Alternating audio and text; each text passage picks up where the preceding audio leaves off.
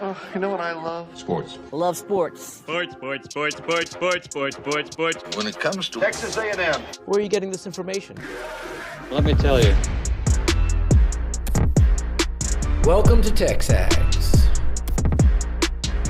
It's here. It's time. There's always a buzz in the air when you hit this moment.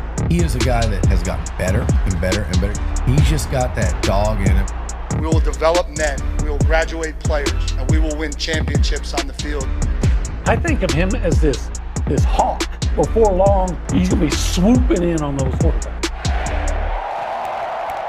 And they embody what the school is about. It's about getting into hard situations and getting ourselves out. It's about working hard. It's about doing amazing things. And this is a real program. It's not fake. This is a real place. And if you want to be really good at football, this is a really good place to be. You know, if I'm betting on anybody, it's the Aggies.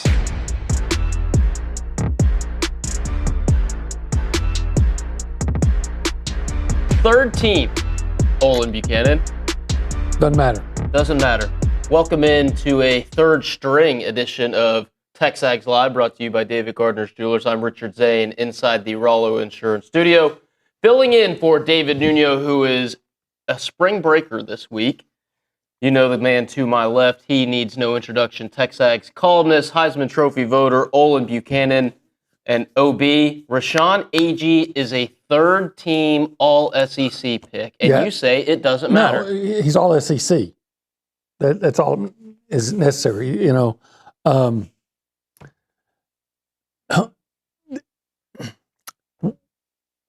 they can say, well, some guys are first team, second team, third team. Right? If you put him on a team with the first teamers, you know, I bet you, or if you looked at his games against some of the first and second teamers, I bet he's, outplayed them. And that's not to say necessarily he's better than anybody or something like that. But if you're on a all-conference team, it doesn't matter if you're first at your all-conference. So, and quite frankly, I've said this in every sport. If you're at A&M, and Oklahoma's going to find this out too, you have to be even better to get the level of acknowledgement. My point is, Eric McCoy, to my knowledge, never made all conference because somebody else was. I can't remember who was always getting picked over him. You're like, and then you look at him in the NFL. It's still voted. I don't know if this one was voted by the coaches. This is the coaches, and which means it's voted by staff. The SIDs. Yeah, or ops, right? Sure. And if you've spent most of your life voting, knowing the SEC is a 12-team league, those are the teams that you focus on. Look, if you're really paying attention, you're not saying, Rashawn Agee is a third teamer. You're saying, hey, so he's one of the best 15 players in the conference, and I don't care where it matters because he's a double machine, and you see what he did against Kentucky the other night. Yeah. I mean, he's always going against bigger guys than him, and he just outplays them. So yeah, he's all conference. 274 total rebounds for Rashawn Agee, second most among SEC players. Right. And he's on the third team. And we know, because it's talked about over and over and over, that he is generously listed at 6'8". So inch for inch, probably the best forward in the SEC this year. He's the first A&M forward to earn all SEC acclaim on one of the first 2 or 3 teams since Tyler Davis was a first-team pick in 2018. Let me tell you something about Rashawn. If you're really watching him closely, he doesn't do this a lot. He's a pretty damn good passer. He passes the ball really well. So, he's just a really good player. But I think what he's averaging, 14.5 points, 14.7? In 31 games this season, 14.7. 8.8 rebounds. Yes, but in conference, those numbers jump. He's averaging more points per game and more rebounds per game in the games that matter. Right. So He's all conference. That's good. I don't need to hear which team he is. He's just all conference. Because which team is no one can deny he's all conference. That's the point. Now you can debate which team he's on or should be on. And I think the people that are voting are always going to put certain guys from certain teams in. He's an all conference guy. By the way, I think I saw it, the big old 7-foot guy, 7'1" or something from Condon from Florida. Third teamer, right?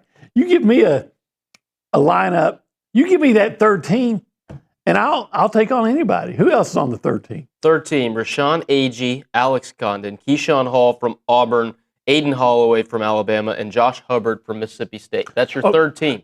All you have to is tell me Agee, Condon, and Hubbard. Feel really good about that. And I'm going to win a lot of basketball games. So Rashawn Agee's the only Aggie to pick up any All-SEC acclaim as voted on by the coaches, and it's a really awesome opportunity to celebrate a guy who has been the heart and soul of this A&M team, right? I really admire Rashawn Agee. First of all, he plays really good basketball. He doesn't get frustrated if some of his teammates aren't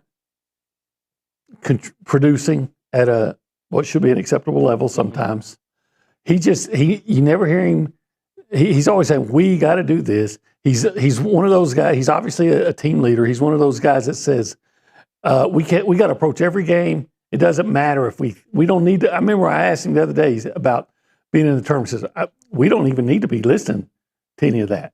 We don't need to pay attention to the bracketologists and all those. We need to just worry about what we're doing. So he sends the right message. Nobody plays harder than him. Nobody plays tougher than him. And then you see him, and this is important to me, okay? Maybe not you see him after that win against Kentucky, and here's this kid from Chicago that's bounced around, played in L.A., and here he is in College Station, Texas, after a win, and he's up there with the students, sawing the horns.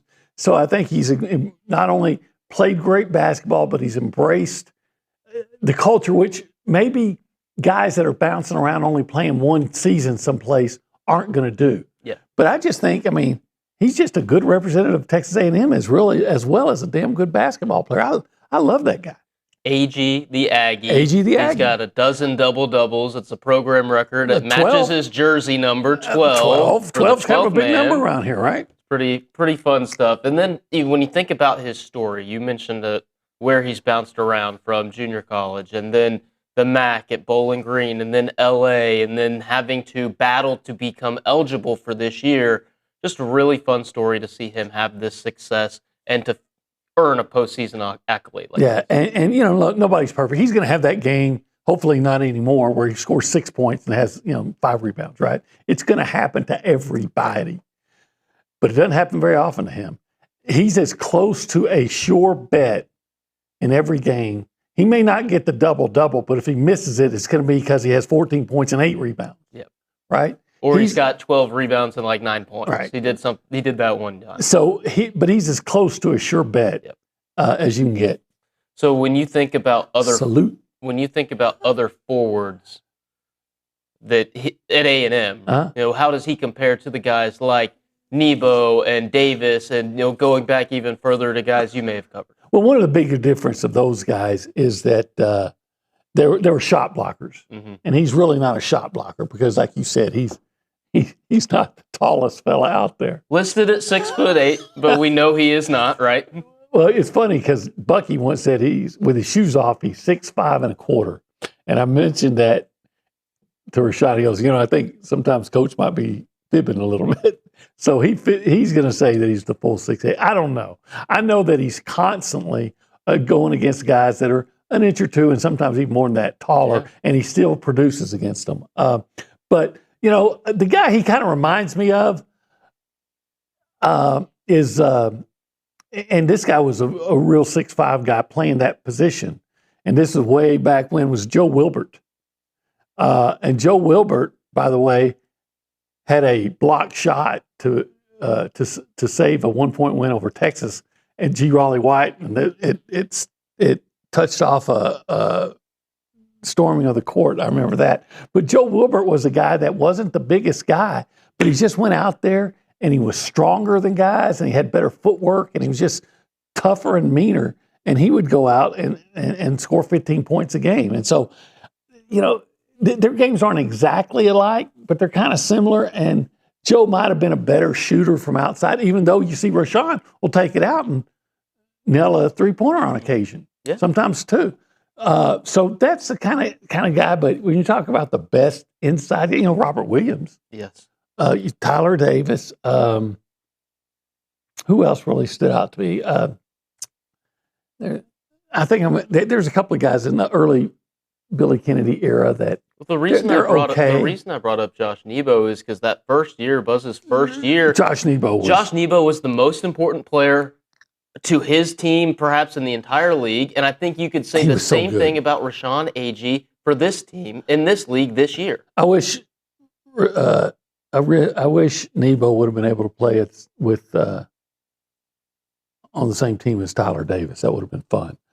Nebo was so good, and but you know what? Nebo was just this jacked, strong guy.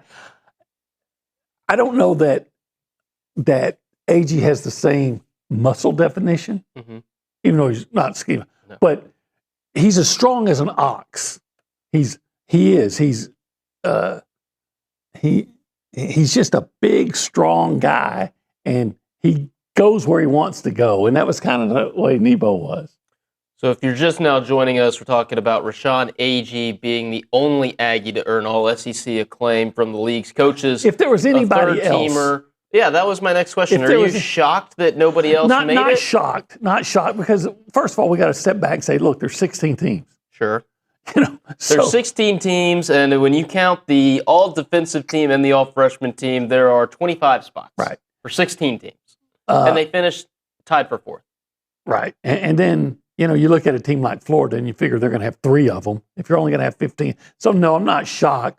But if there was another guy on A&M that I thought deserved some serious consideration, in my mind, it would be one of the other R's. Rylan Griffin. Recency bias, too. I mean, he had career highs in his last 2 games and 2 massive games, but he's been a pretty good guard in all 18 conference games for A&M. Yeah, I think so. But I'm glad that he's saving his best for last, because we hear all the time about how important guard play is in the month of March, and he's gotten off to a pretty good start in the month of March. Yeah. I think he's been probably the second most reliable guy. Mm-hmm. And he's playing really well, like you said, right now. Could I interest you in a Pop Isaacs case for 6th Man of the Year? Yeah, why not? Coming off the bench, he's averaging double figures. Really good year for Pop in that role. And now he's seeing his role expand. And needs to. The thing I like, now, Pop, sorry, I think you're a valuable addition to this program. But sometimes you do some things that just doesn't make sense to me. But I can forgive a lot of that, and I'll tell you why. Because Pop Isaacs plays aggressively. He's not afraid to take a big shot, and of the guards, he seems to me, with the exception maybe Rylan Griffin, the best guard they have to penetrate and finish. I've seen a lot of guys that can get to the basket, but they don't finish. And that was a problem on Saturday, in which they missed, 21 layups? Yeah. So. But Pop can finish, but he'll make those three. Now sometimes he'll take a three and like, no, I wouldn't have taken that one. Sometimes he'll go 1-on-4 when the situation of the game calls to just pass it out, use some clock, set up for a good shot. Sometimes he'll make some decisions that'll make you go, no. But I like Pop Isaacs because he plays with so much confidence and absolutely no fear. Yep. We're off and running here on a Monday morning. This is the Go Hour brought to you by The Warehouse at CC Creations. He's Olin, I'm Richard, and now we're going to say howdy to the rest of our crew this morning. Heading over to the Angry Elephant News and Social Center. Aggies gather at the Angry Elephant. We say howdy to our man JP, Justin Paez. How are we? I'm doing really good. It was weird today coming into the office. Normally when I come in, it's near class time, near people going to work, but it's pretty dead. And so it was like really easy to get to work today. So Justin, let me ask you this. Is this your first time hanging around College Station during a break? It is first time. Oh, dude, you are going to love it. It's right? nice. College Station is awesome when the students are here, right? They bring the energy and all of that. It's fun to live in a college town. But on Christmas break and for the summer and spring break, the drive times are amazing. Mm-hmm. The wait times at your favorite restaurant are non-existent. What I'm curious, It's awesome. Yeah, what I'm curious about is if this is your first spring break staying in college, where were you before? I just, go on vacations, go home. Where were you? Yeah, tell us about your spring break. Last year I went to South Padre. Okay. Yeah. JP. Yeah, Oh, we see had you. a good time. Yeah. But yeah, normally doing other stuff not in College Station. Quinn Buchanan went down there once or twice and brought back some interesting videos. Did you bring back some good stories? The videos, they were Not safe for work. They had a good time. Had a good time. That's good to know. Right. This time he's hanging out with your dad. You know what I think I'm going to do when I retire? I think when I retire, I'm going to go down to Padre for spring break. And I'm going to be that fat old guy that's just in the middle of it. Rodney Dangerfield This and back to seems like school. the plot of that movie Bad Grandpa. That De too. Niro. But I was thinking more of Rodney Dangerfield and back to school. Yeah. Okay. Which Justin has no idea what I know I'm who talking Rodney about. Dangerfield But is. did you see the movie Back to School? I don't think I've seen Back to School. No idea what. All right. JP, do you have any headlines we need to get into this morning? Oh, yeah, totally. History was made, obviously, this past weekend with former head coach Buzz Williams, obviously going 4-15 in conference play. This would be the first time Maryland has lost 15 conference games in 103 years. And they're also 288th in three-point scoring. So that's just a little par tidbit for the course. about Buzz Williams. I don't know if that's a low blow. No, that's par for the course. They don't shoot threes well. No, I mean they didn't shoot him. They didn't shoot anything well here. They had Wade Taylor, but beyond that, they usually struggled shooting threes. We know. But by gosh, they could get offensive rebounds. Yeah, because which we is know good. we're going to miss. The bad part about offensive rebounds, it means you missed a shot. Yeah. I like how Justin intro to that. Okay. Historic. Thank you, Justin. We're going to come to you for more a little bit later if you want to interact with the show. 979-693-1150. JP's checking the Catalyst Pure Performance text line throughout the show. So if you have any historic Buzz Williams clips you want us to get into, JP's your guy. And with that, we go through the glass, say howdy to our first team producer and director, Mr. Nick Savage. Howdy, good morning, y'all. Howdy, good morning, y'all. What's your best spring break spot you went when you were in school?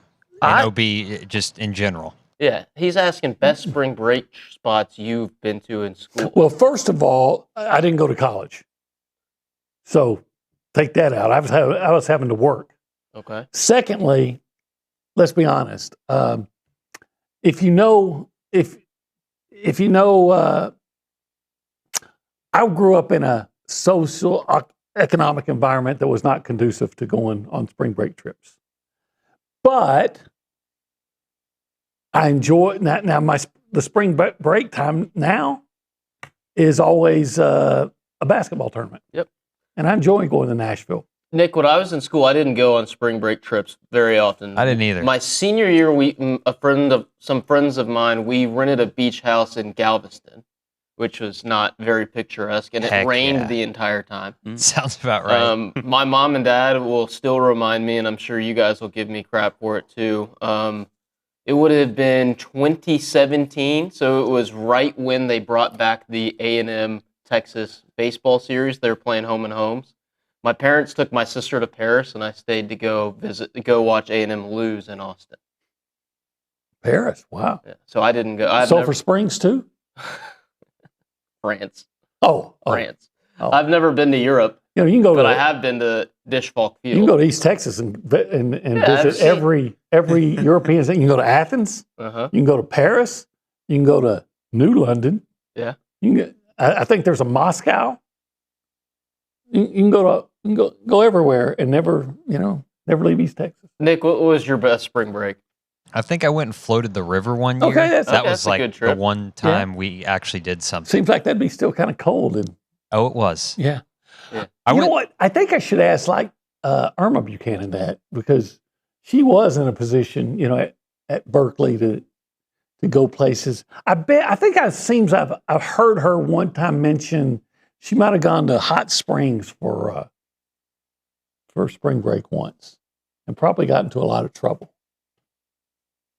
I'm going to leave that one alone. Probably did. Nick, any other topics you want to drop on us other than spring breaking? That World Baseball Classic game last night was fun. Really highly competitive game. Unfortunately, the game in Houston felt like a road game for Team USA, but nonetheless, they get the win. And Were they playing Mexico? Yeah. So Team USA played Mexico last night. They beat them 5-3. They're now in the driver's seat. Wait, who won? United States won 5-3.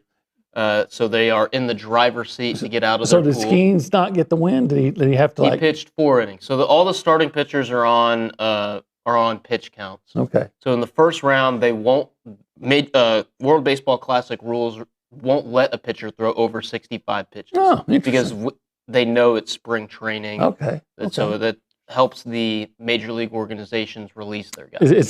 Does that apply to every team or just the? It applies to every team. Okay. And then each round the pitch count goes up. Okay. And Skeens in 4 innings struck out 7 and gave up 1 hit. So one thing, Nick, I loved about yesterday's game, it was Skeens and Griffin Jacks. And Skeens began his college baseball career at the Air Force Academy. Griffin Jacks graduated from the academy. Those two guys on their dime paid for the entire Air Force baseball team to attend the game last night. Okay, that's cool. Seats. That's cool. But how much those seats cost? You think? I mean, they were sitting first 5 rows down the first baseline. I mean, I looked at tickets, probably $200. $200. And how many guys do you think were on that baseball team? I want to say about 20 of them. So 20 at $200 a ticket. So what is that going to be? Something around $4,000. Sure. Front pocket money for Paul. It's still a good. Hopefully threw in a couple of hot dogs and drinks, but still a great gesture, right? But let's face it, that's blow your nose money in it for Paul Skeens. No, Nick. To your point, it did feel like a road game at some points. Yeah, but it's Houston, so And Team USA got the win. They'll play Italy tonight at 8:00. Yeah, I like their chances against Italy. Italy's got a pretty solid team. They're undefeated. Do they? Who's the best Italian? I mean, real Italian.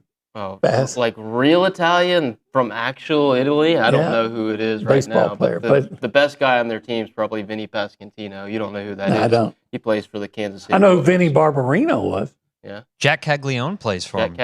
Plays for him. Okay. Yeah. Probably not. May have never stepped foot in Italy, but maybe he did. I feel like they kind of stretch the rules. Am I the only one who around in this building who knows who Vinny Barbarino is / was? Probably. Okay. I'm going to look it up. That's a damn shame. Well, there's interesting rules about getting guys eligible to play for different countries. Yeah, I know there is. Like we watched Ryan Prager from Dallas, Texas pitch for Team Israel last Shalom. night. Yes. So, all right, World Baseball Classic talk with Olin Buchanan. Who would have thought? All right. I like baseball. I know you do, but I'm not even sure you knew what this tournament was. I knew it was going on, but I wasn't paying too close attention. I got you. We're going to take a break here on TexAgs Live, brought to you by David Gardner's Jewelers. When we come back, OB and I are going to have our knockout performers of the week. Why'd you have to call me a schmuck? I don't know. Don't go anywhere. We're going to teach Olin more Yiddish on the other side. Butts.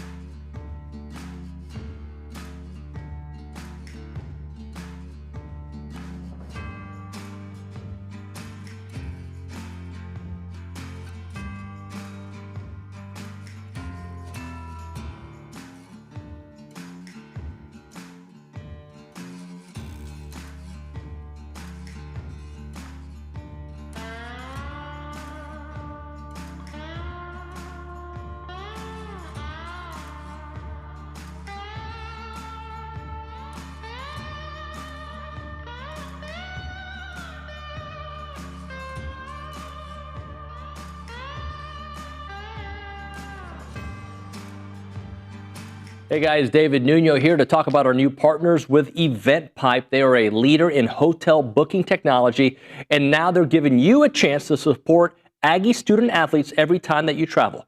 Thanks to their partnership with United and EventPipe, whether you're heading into a game, a business trip, or family vacation, every room that you book comes with cash back in the pockets of Aggie athletes. That's a wonderful deal. And with EventPipe, you'll get discounted hotel rates up to 20% lower than the major travel sites while enjoying a fast, easy booking process. They've even created Presto, EventPipe's quick launch booking solution. It lets organizations build branded hotel sites powered by live hotel inventory, making it simple to book the perfect stay. So next time you want to book a trip, do it the smart way with EventPipe and support Texas Aggies NIL through United. Visit their website, tau.eventpipe.com.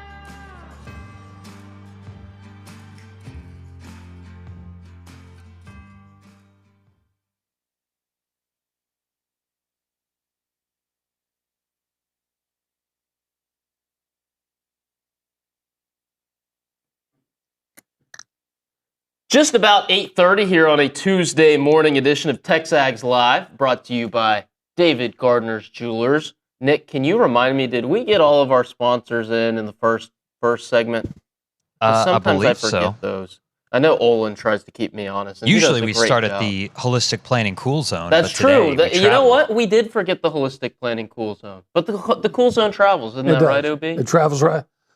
It'll travel from one spot of this Rollo Insurance Studio to another. It'll travel, if need be, Well, a from couple here weeks to ago to Indianapolis. Indianapolis. Oh, hey, maybe later this week it travels with you to Nashville. for the SEC. And who knows where tournament. it'll travel next week. That's true. Any guesses? Hopefully not Dayton. But if your luck has it, you're going to Buffalo, New York.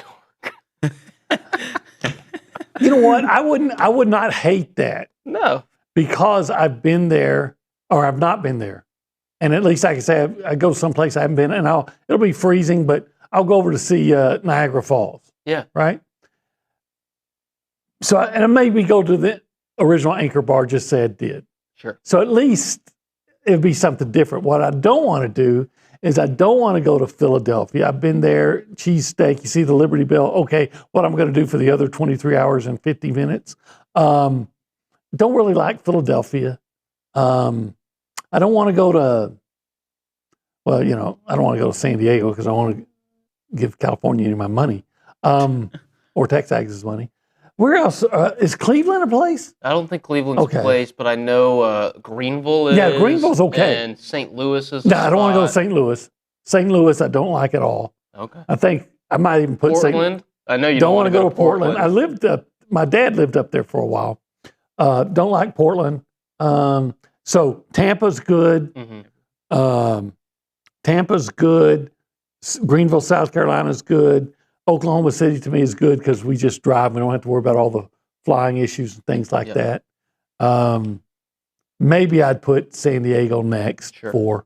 I can't remember all the Oklahoma City. We said Portland, St. Louis. Yeah, we covered them all. Yeah. I thought there was one. I thought I said 7, but there's one left, but I can't remember. Maybe I did say 8.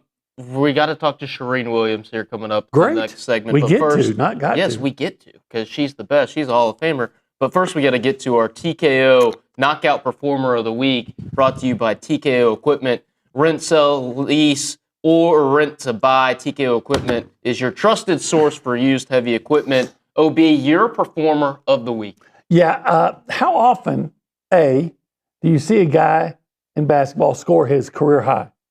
Not very often. Okay. How often do you see him score his career high and then in the very next game exceed it and put it a new career high? I think I know where you're going with this week, I think because that would be Rylan Griffin. Now that he goes 24 and 21 in the last 2 games. That back-to-back career highs, and yet did he even get any mention for SEC play? Nope, no player. What did I tell you about guys having at A&M having to do? They forget. I mean, that's what is that?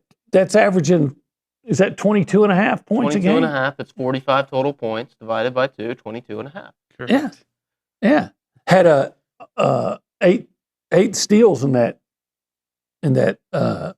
span. Only 3 turnovers.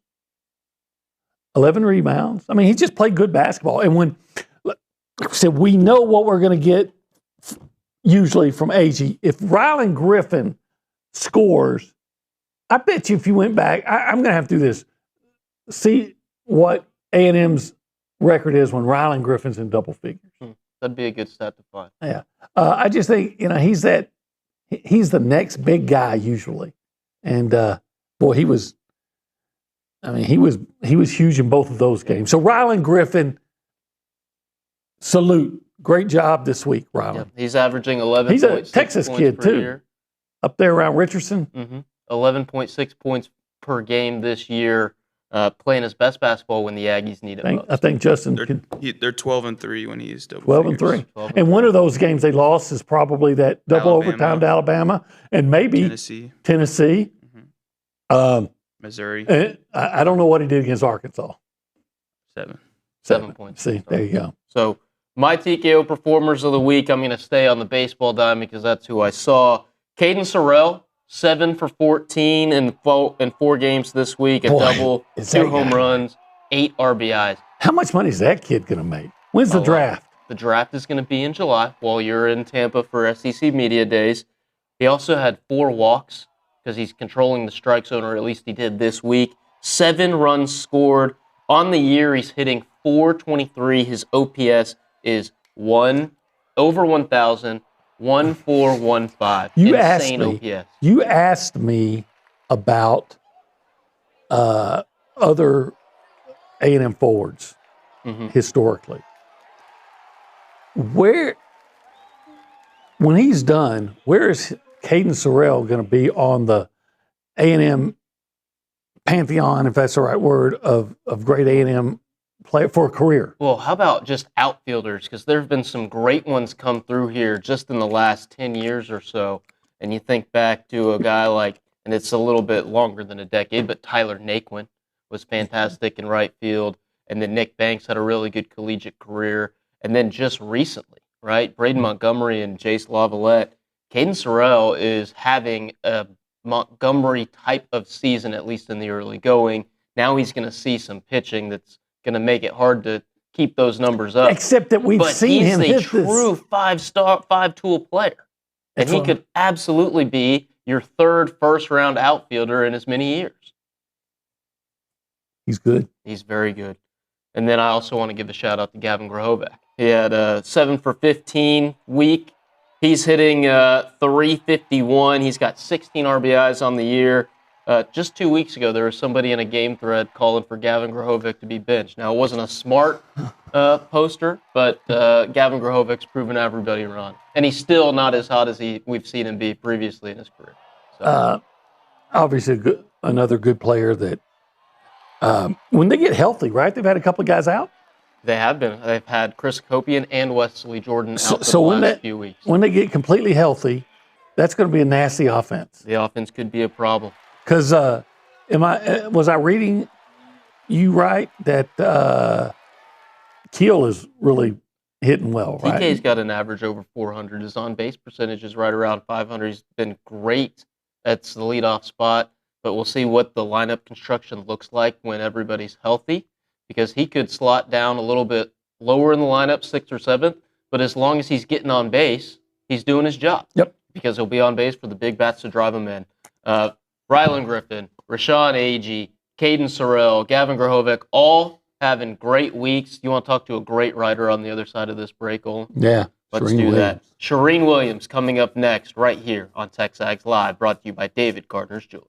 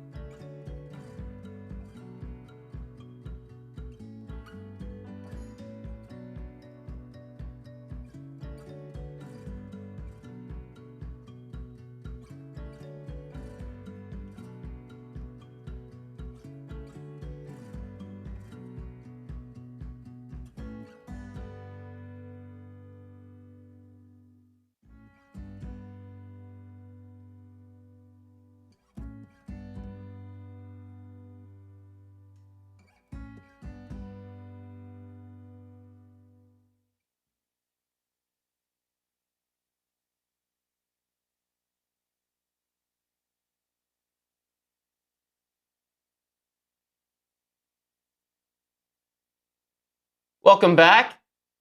Tuesday morning here on TexAgs Live, brought to you by David Gardner's Jewelers. It's the Go Hour, brought to you by the Warehouse at CC Creations. And now we go out to the Buppy's Catering and Bartending Hotline to chat with Texas A&M distinguished alumnus and Pro Football Hall of Fame writer Charean Williams. I think she's in the Pro Football Talk. I think she's in like the Golden Triangle or Southeast Texas Hall of Fame. She's in more Hall of Fames than I've been in halls. Well, that's because she's the greatest. She is. Howdy, Charean. How are we this morning?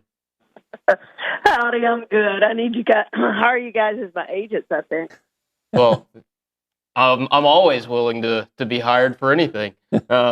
Let's talk about somebody who inked a deal yesterday, Texas A&M legend. I think we can throw that title out for you and for Mr. Mike Evans. He's headed to San Francisco on a 3-year deal. Yeah, change of scenery. You know, I talked to somebody within the Bucs organization, and when they had their talks before free agency started, he told them, your receivers room is too good. Like, I don't want to hold these young guys back by being out on the field, and also I want to be the number one receiver. And they said, you'll be the number one receiver. And I think, though, that he wanted more targets than he felt like he was going to get in Tampa with, some of the receivers that they have there. And he's probably right. It's accurate. Their receiving core is much better than the receiving core in San Francisco, and he's going to get a lot of targets, going to be used down the field. Now the question becomes, can he stay healthy? Yeah, it's not like it used to be where the player stays with one team the whole time. For Bucs fans, I know that's what they really wanted. He's a legend there. He'll go into their Ring of Honor, all of that. But, he's not going to finish his career there. We've seen with other players, Emmitt Smith, but we still remember Emmitt for what he did in Dallas, not what he did in Arizona. And for Buck fans, it's going to be the same way. He won a Super Bowl in Tampa. He's going to be remembered for what he did for his career in Tampa. But I hope he gets stay healthy and have a good last few years, however many that is, whether it's 1 year or 2 years or multiple years. I hope he gets stay healthy. And really, if he is healthy, we all know he's going to be productive. Speaking of that productivity, with the exception of 2 years with Tom Brady, is he going to be with the best quarterback he's ever been with when he's in Seattle, Purdy? Other than Brady? Yeah, other than Brady. Yeah, maybe. I mean, I guess you argue whether, I guess you would say Purdy's better. He's been in a Super Bowl, gotten his team to championships. Yeah, I guess you could say Purdy probably will be. Jameis had the one good year when he threw for 5,000 yards, but he threw a ton of interceptions, so, he kind of offset that. But he did have that one really, truly big year. I mean, not a lot of quarterbacks have thrown for 5,000 years, but yeah, I think you could probably make that argument. And this is going to be one of the best teams he's played with outside of the Brady team, the two Brady teams. I think it was 2 years. Brady was there. This will be the best team that he's probably played with in all his time at Tampa. And they've got a real shot to win a Super Bowl because of Kyle Shanahan and what he does. And you look last year and all the injuries they had and how far they got. They were within one game, week 18, of getting the number one seed in the conference and hosting every game that they played in the NFC playoffs. So he's got a shot to win another Super Bowl, and I know that's what he wanted. I think he's gone to a good place that will utilize him. I think we'd all agree that Kyle Shanahan is one of the best offensive minds in football, and he'll use him well. I find it ironic that Mike Evans is mentioned in the same breath as Jerry Rice a lot because of that 11 consecutive seasons with 1,000 receiving yards, and now he's going to Jerry Rice's old franchise. And to Charean's previous point about players not staying more, Jerry Rice played, I think, for 4 teams. But you remember him as a 49er. But you remember him as a 49er. But he's right? Is that right, Charean? 4 teams, and he played with the Raiders and the Seahawks, and it seems like there was another team in there. But there may just be 3, but to your point, yes, he didn't finish his career with San Francisco, but nobody remembers that. Right. But if he goes on and wins a Super Bowl, people will remember and it helps them. People will remember what he did with that team. I think, we think of Von Miller at Denver, but hey, he helped the Rams win a Super Bowl. We're not going to forget the time he was with the Rams, and I think it was the same with Brady. Everybody remembers him as a Patriot, but what he did in Tampa is also significant because he won a Super Bowl there. So Mike not many players do that, and he gets an opportunity to do something very few players have done, is really, truly be a force with two teams and help win a championship with two teams. And, Von's kind of made a living of that, and he had an opportunity to do that in Buffalo, too, and they didn't get it done, which would have been really cool to see him do it with more than two teams. But now Mike has an opportunity to do special where, yes, we're going to remember him as a Buck forever, but he also has an opportunity to make some memories in San Francisco where we're not going to forget that. It's like with Jerry Rice. He didn't do anything with those teams, and those teams didn't win, which is why we're sitting here going, yeah, who else did he play with? If Mike goes and wins a Super Bowl with San Francisco, nobody's ever going to forget that. Yeah. Charean, I know NFL free agency is dominating a lot of your time right now, but it is the month of March, and it was a pretty big week for Bucky McMillan and company. They go 2-0, beating Kentucky and LSU. Seemed like a lock for the NCAA tournament now. What do you want to see from Bucky and the boys as they head to Nashville for the SEC tournament? I'd like to see a couple wins anyway, but at this point, it's all gravy for me. Like I believe they're in the NCAA tournament. They've exceeded expectations. They've been fun to watch. It's everything that better than what I thought it was going to be, quicker than I thought it was going to be. And I got a chance to talk to Bucky a little bit before that Texas game, and just kind of told him how appreciative we were of what he's done here. And so, I just think it's exciting. I honestly don't really have expectations of the SEC tournament. And sometimes you don't want, it's kind of like the SEC football. I mean, these tournaments have really become, I don't even know what you call it. Like you don't really care if you win it or not. Yes, it's great if you go on and win it, but if you don't, who cares? Go get ready for the end. There's something bigger, and I just don't know that they've what they were designed to do. They do anymore. Like, I think it's better not to play for football. I think it's better not to play in the SEC tournament for football. I think you don't want to play in that. But if you get it, you do want to win. I mean, you're not going out there to lose. This isn't about tanking and any of that. So once you get in it and start playing, you do want to win. And I'm sure I'll feel differently than I feel right now. Right now, I'm just kind of going, whatever they get's great. I'm not going to sweat over this. And I'm sure once they get into the games, I'll be sweating over it and panicking and what are we doing and let's go and way to go and all of those things. Charean, I know you said you're appreciative of Bucky, so are we, but we're also very appreciative of you taking a few minutes to chat with us this morning. Thank you so much. Yeah, thank you guys for having me. I appreciate you guys. Hall of Fame writer Charean Williams with us there on the Buppy's Catering and Bartending Hotline. OB, never enough time with Charean. Yeah. Yep. I would like to do a podcast with her. Yeah, that would be amazing. We'll close out the Go Hour next right here on TexAgs Live, brought to you by David Gardner's Jewelers.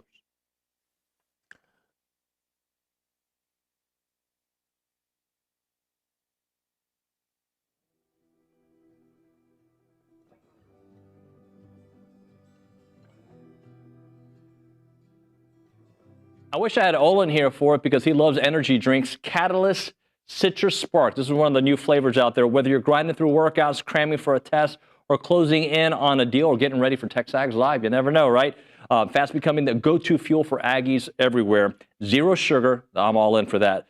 Or synthetic sweeteners, no artificial colors or flavors. Catalyst delivers clean, high-performance energy with smooth, crisp taste that is never syrupy, designed for both health and hustle. You want to get going, you use this Catalyst right here. It's about pure energy and pure results. And what sets them apart? Packed with premium nootropics blended to boost focus, clarity, and mental stamina. I need this. I'm in, guys. I'm in. Plus, with plant-based caffeine, vitamin B12, B6, Catalyst supports metabolism and energy production, making it more than a drink. It's your lifestyle training partner. Built for competitors on the field, Catalyst fuels strength, focus, and pure results. Buy now at drinkcatalyst.com. That is drinkcatalyst.com. Train harder, think sharper, pure results. It's Catalyst.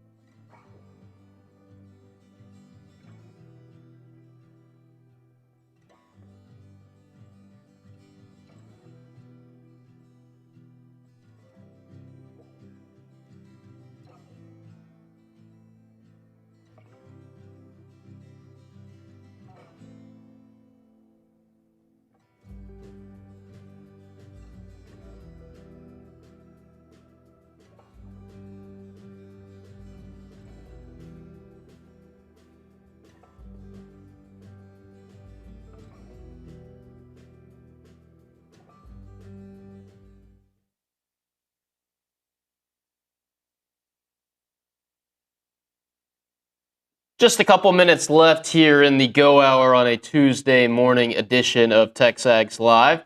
The entire show brought to you by David Gardner's Jewelers. The Go Hour brought to you by The Warehouse at CC Creations. Richard Zane, Olin Buchanan inside the Rollo Insured Studio. And OB, a team from your neck of the woods is headed to Bluebell Park tonight. 6:02 p.m. on the SEC Network Plus. Number 22, Texas A&M. Taking on the Stephen F. Austin Lumberjacks. What are the Lumberjacks ranked? The Lumberjacks are unranked. What? They are, I believe, 11-4 to start the year. They've already began conference play. They just lost the series to Lamar, which A&M beat on Tuesday. Yeah. And I'm not looking for baseball breakdowns from you. I'm more interested in amazing Olin Buchanan stories from your time in the Piney Woods. There was a lot of time in the Piney Woods. First of all, if you're from East Texas, I'm not saying that you don't go to A&M or you don't go to Texas or LSU or places like that, but the majority, you're going to end up going to Kilgore College or Tyler Junior College, maybe even Panola. And then you're going to go to Stephen F. Austin. And the real smart people go straight to Stephen F. Austin. That was my plan. But then paying for college was an issue. So, but one day I walked in as a 18, maybe 19-year-old, and 18, and the sports editor at the Longview Journal said, "Hey, why don't you just come to work for me full time, and I'll teach you everything you need to know." So, stayed in the Piney Woods. There's a lot of journalists, great journalists that come out of the Piney Woods. Are you one of them? No, they're better than me. You're a great co-host for this hour, and OB, I appreciate you as always helping us get through it. I know you've got a Bucky McMillan press conference later coming up today. in about just a couple hours. Yep, so we're going to be tuning into that, making sure we learn a little bit more about Bucky and company before they head to Nashville and before you head to Nashville. So yeah, thanks so much, and we'll continue this edition of TexAgs Live on the other side. Boomer White going to join the show as we talk about some Texas A&M baseball.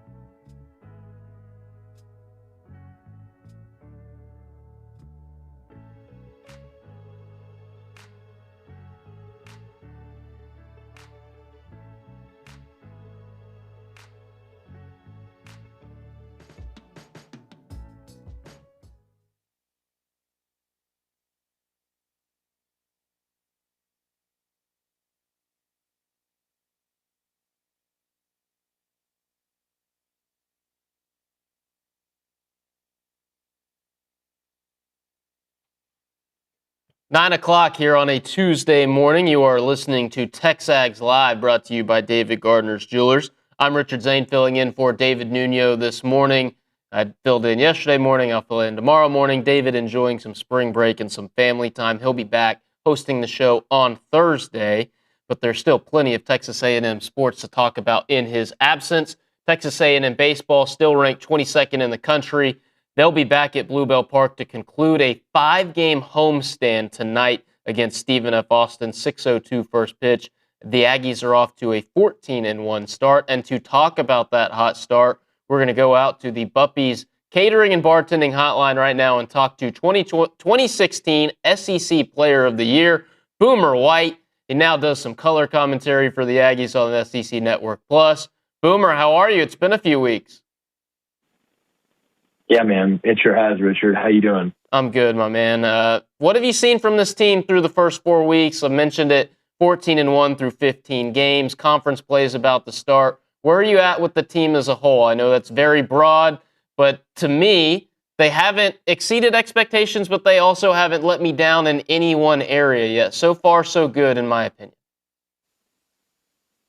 I think so. I think that's a good way to put it. I think that anytime you face the number one team in the country and a talented roster like UCLA, I don't think expectations are to go in and necessarily win that game or dominate that game. But at the same time, you don't want to go get blown out like they did. But on that note, you've handled business where you need to handle business. And I think that is the homestand that they've had. I think that also is included in the 2 other games out in Arlington against 2 other quality opponents that they took care of business, it seemed, pretty handedly. And so I think that looking at the roster, looking at expectations, the rankings, and all that considered, if you told me we were going to be here at this point in the season before the season started, I'd certainly take it, and I think most fans would. I think the one area that has impressed me the most has been A&M pitching and the ability to limit the free pass. They've been incredible. And then the offense has been good, maybe not great as of yet, but they've also been without 2 of their biggest bats, and Chris Hakopian and Wesley Jordan being on the shelf for a little while. So what has been the biggest positive for you up to this point? And I don't know if disappointment's the right word, but biggest area where you see room for improvement through 15 games? Yeah, I mean, I would say first series of the year, it was certainly the bat. Having Hakopian and Jordan out is certainly gonna change how this offense goes. And I think that that's something to consider when looking at the UCLA game and maybe a little bit of lack of offensive production is you take the 1 or 2 middle guys out of the lineup, and it's going to ripple effect throughout the entire lineup, unfortunately. So I think that's something to consider if you're a fan. I'd say that those 2 guys have kind of been the highlights offensively for me. Caden Sorrell was a given, but those 2 new faces are really what's, I think, going to battery power this offense when they get going if they stay healthy. But I'd say at the same time, a little bit of concern is what does this lineup do and how does this offense go if they do lose a guy or 2? Because I think that the talent is there, probably call it 11 or 12 bats deep to have a really strong offense. But are they able to mentally stay in it and believe that they can be a good offense if one or two of their stars go down? And I think that's the sign of a great team and a great offense is if they can just replace that and have a kind of a next man up mentality. And so I'd like to see guys from the top of the lineup to the bottom really step up and still have good at bats and make an offense productive, even if your best guys aren't doing it. And if that's the case, then I'll really start to believe that this offense can be strong throughout the season. Seems like they're trending to getting both Hakopian and Jordan back. Boomer, I don't know if you heard Coach Hurley with us yesterday. He said Chris was really hoping to play on Saturday against Oakland. Obviously, he didn't. Their status for tonight against SFA, unlikely, but also likely that they could return to action this weekend up in Norman. Now, I do want to stick with individuals, and you mentioned Caden Sorrell. He's kind of impressed you so far, but he's been as expected to some point. He's slashing .423, .492, and .923, the slugging percentage, with 8 home runs and 28 RBIs. What have you seen from him so far this year? And is there a teammate that you played with, whether it be at A&M or elsewhere, that Caden Sorrell reminds you of? Ooh, that's a good question. I don't know if I've played with anyone that reminds me of Sorrell. Nick Banks was certainly a very strong, talented left-handed bat. He didn't have quite the power to all fields that Sorrell has. I'll have to think on that one, especially, I'm thinking from the left side. That's a tough bat to compare with maybe anyone that I played with. He's an absolute freak.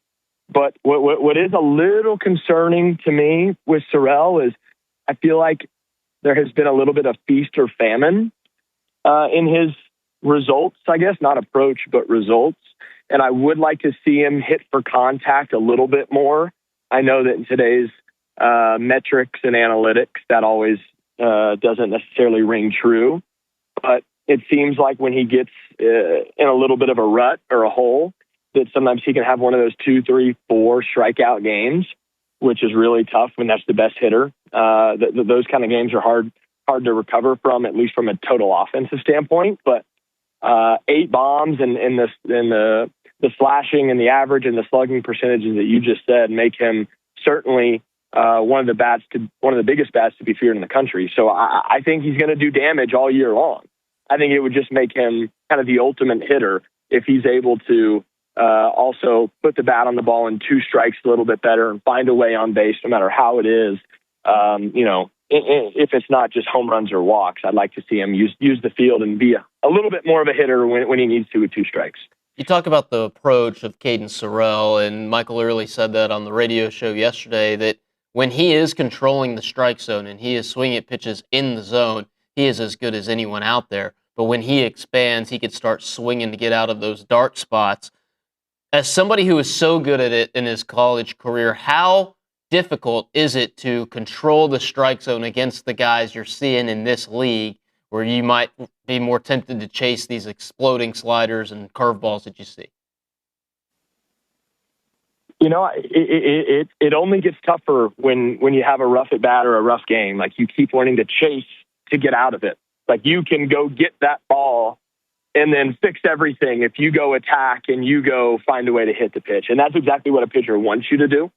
They want you to try and go get their pitch because then you end up guessing and you go early and then you leak out front and then you're just in trouble. So I think the answer to your question is it's very challenging, but the way you simplify it is you just have to trust that the longer you see the ball and the less you go get it, the better opportunity you're going to be able to have to decipher if that's a strike or a ball. And so when things go the worst for you, you almost have to wait the longest to see the pitch, and then that'll make it more difficult for you to go out and get it and chase the high heater like Sorrell likes to do, or the slider in the dirt, back foot in his scenario where he likes to go get it. So when I was going the best, it was how long can I see this pitch and how quick and simple of a swing can I put on it. That's why I didn't have that many home runs, but that's also why I was able to limit some of my slumps and some of my strikeouts if you have that sort of approach. So as long as Sorrell can control that zone, and when he gets in trouble, just wait a little bit longer and not be on the attack when there's 2 strikes, then he'll be able to, I would say, to limit those strikeouts and put the bat on the ball a little bit more when he's not hitting bombs. You discussed the importance of using all the field, the entire field, and hitting to all fields for a great complete hitter. Somebody who's done that for most of the year, he didn't get rewarded by the baseball gods this last weekend against Oakland, is Jake Dewar. He's hitting .345. Coach Early compared him to somebody like Jack Moss earlier this week, or I guess that was last week. But, he might even be compared to someone who hit something like .471 in conference, if I remember correctly. Boomer, the inside-out approach, the ability to use all fields. Explain how difficult that is to do against college pitching these days. Well, it's as difficult as you want to make it. I think if you can stick to a consistent approach that fits how you want to play the game, then it can actually be a little easier than people think. That was certainly like the way I had to approach it. I had to, pick a pitch and not miss it. I had to use the whole field. I wasn't a power guy, so I had to use what God gave me to my advantage. And I think the second I got out of that, I would go wrong. And I think that for Jake Dewar, When he's living the other way and up the middle, you see that he can really take any pitch and find a way to put it in play and get a hit with it. But at the same time, he's strong enough and good enough with the barrel of the bat that if he puts a good swing on the right pitch, he can also go yard anywhere on the field. And I think that that's what makes him a really tough guy to pitch to, is that he's not just going to punch and Judy single you and not really do a lot of damage. He is going to if you make a mistake. So I think that that's kind of the ultimate hitter. But to answer your question, when you have an approach like Dewar, I'd keep an eye on how do you ever see him get away from that? Do you see him start to chase? Do you see him start to go early? And if not, then he's going to be really, really good all year. He needs to stay with what he's doing and trust that that's who he is as a hitter, and that's how he can be the best and the best for this team. If he does that, I really do think you're going to see a hitter who's going to live north of 300, maybe north of 350 as the pitching gets tougher, because he's going to keep things simpler. And that's the way I had success in conferences. Every time something got tougher, I didn't try and go get bigger and tougher too. I had to get simpler. And then that's usually that usually is a recipe for success. The guy who's found plenty of success with just being a singles hitter is Terrence Keel II. With Hakopian and Jordan on the shelf, he's slotted up in the leadoff spot. His OBP's over 500 right now. When those guys get healthy, when Hakopian and Jordan get healthy in your lineups longer, where do you like TK in the lineup, and what do you like about him as a player overall? I like that he's an absolute gamer. I like that he's never really lacked confidence, and I think that that's huge as long as it doesn't turn into stupid arrogance. When you don't lack confidence as a young player and you use the whole field and you're ready for the moment, I really like that. Obviously, he can fly. Obviously, he has power and can hit the ball to all fields for being a smaller guy. So if he limits the strikeouts, which he's not a big strikeout guy anyway, but if he can just continue to put the bat on the ball more, give him a chance to get on base, I like him in the leadoff spot. If he's not in the leadoff spot, I like him 7, 8, 9. You could even argue the 9 hole, but maybe you want to get him up to the plate a little bit more. I think that he could certainly set a table. And as long as he's putting together a good at bat, seeing a lot of pitches, and then putting the ball in play, he does have a really good extra base power that hits a lot of doubles too. So if he can do that, he could certainly tee up Grahovic, Sorrell, and everyone else we've mentioned. Like that's a really good guy to set the table. So to me, as long as he's not striking out and hitting a lot of infield flies, that's a guy who I think should be your leadoff hitter most of the season. Talked a lot about the offense, and rightly so, but on the other side, the pitching's been fantastic. I believe the club has a 1.01 whip, and that all begins with your Friday night guy, Shane Sadeo. He's 3-0. He's got an ERA of 2.49 and 25 1/3 innings pitched. Really impressive stuff from him on Friday in the opener. Gave up 3 runs in the second, but he rebounded to retire the last 16 guys he faced. Has he achieved SEC ace status for you yet? And if not, what do you think he needs to do to get there? Let me preface with, I've always thought Sorrell was going to be an SEC ace, is going to be a stud weekend starter. Ever since I saw him as a freshman, I thought that was going to be his ceiling, which is a great ceiling. But I'd say right now he has not achieved SEC ace status, in my opinion. And I think the reason is for that is that he misses over the plate just a little too much right now. And typically, if you're limiting walks and pounding the strike zone, you're with good stuff, you're going to get outs and you're going to be really good. In the case of Sorrell, that fastball is a tick too flat. And so when he decides to pull that over the plate or hang an off-speed pitch, like, damage is going to be done by good hitters. So he does limit walks, he does pound the strike zone, and he has good stuff. All that seems to be a recipe for a SEC ace. I need him to be a little bit more nibbly on the corners and spot up just a little better so that those big runs don't come in bunches for the other team, which I think is kind of what you got to keep an eye out for Sorrell or whatever his name is, Sadeo on, is, hey, can he limit the crooked number? Because the crooked number comes with a big swing when there are runners on. And I've seen him, like, there's going to be an inning or two a game where he's going to allow, a lot of the bats to ring a little bit. And I think if he can spot up a little better, he'll limit that. And that's going to jump into that next echelon. Former Texas A&M infielder Boomer White with us right now on the Buppies Catering and Bartending Hotline. And Boom, I want to talk about non-conference success, because you think about your year in 2016, before the SEC slate began, y'all were 16-1 in the non-con. You finished 21-3 in regular season non-conference play. How difficult is it to get off to this kind of start and playing these mid-majors on the midweek on Tuesday and stuff like that? And why is it important to get off to this kind of start? Well, the simple answer is you know what's coming on the back end in SEC play, and anytime you go 500 in conference, usually that's going to give you a chance to get into the tournament, which is crazy to think. So you know what's coming on the back end. But I think, too, it's also just establishing, to quote Bull Durham, it's establishing yourself with authority. And I think that when you come out and you play these non-cons and you know you're better than them every which way, like how do you stay within yourself and play your game and dominate like you know you should dominate? And I think it's very easy when you play these teams that you believe and know are inferior, and then things go a little bit wrong early on in a game, and then you think, hey, what if we didn't win this? What if I go over 4 and I can't hit a ball hard or I keep striking out? And that's where the teams that I don't think are very good, at least really strong foundationally, that's where they can flounder. So I think it's just important to stay within your plan and your approach, and you will take care of business. The second you get outside of that, you look to the games ahead, you try and get big and get the extra big swing or home run, then you can drop a couple of these. So the sound teams take care of business where they're supposed to, and when you do that, you set yourself up not only for success in conference, but you get your win total up to secure your spot in the postseason. Boomer, a top 25 series coming up this weekend as the Aggies head to Norman. Oklahoma's currently ranked 9th in the country. What do you need to see from the Ags in the conference opener that will really start to get you excited about this club? Well, fundamentals have been there, in my opinion. We pounded the strike zone and limited walks, which is, I think, that's huge on the mound.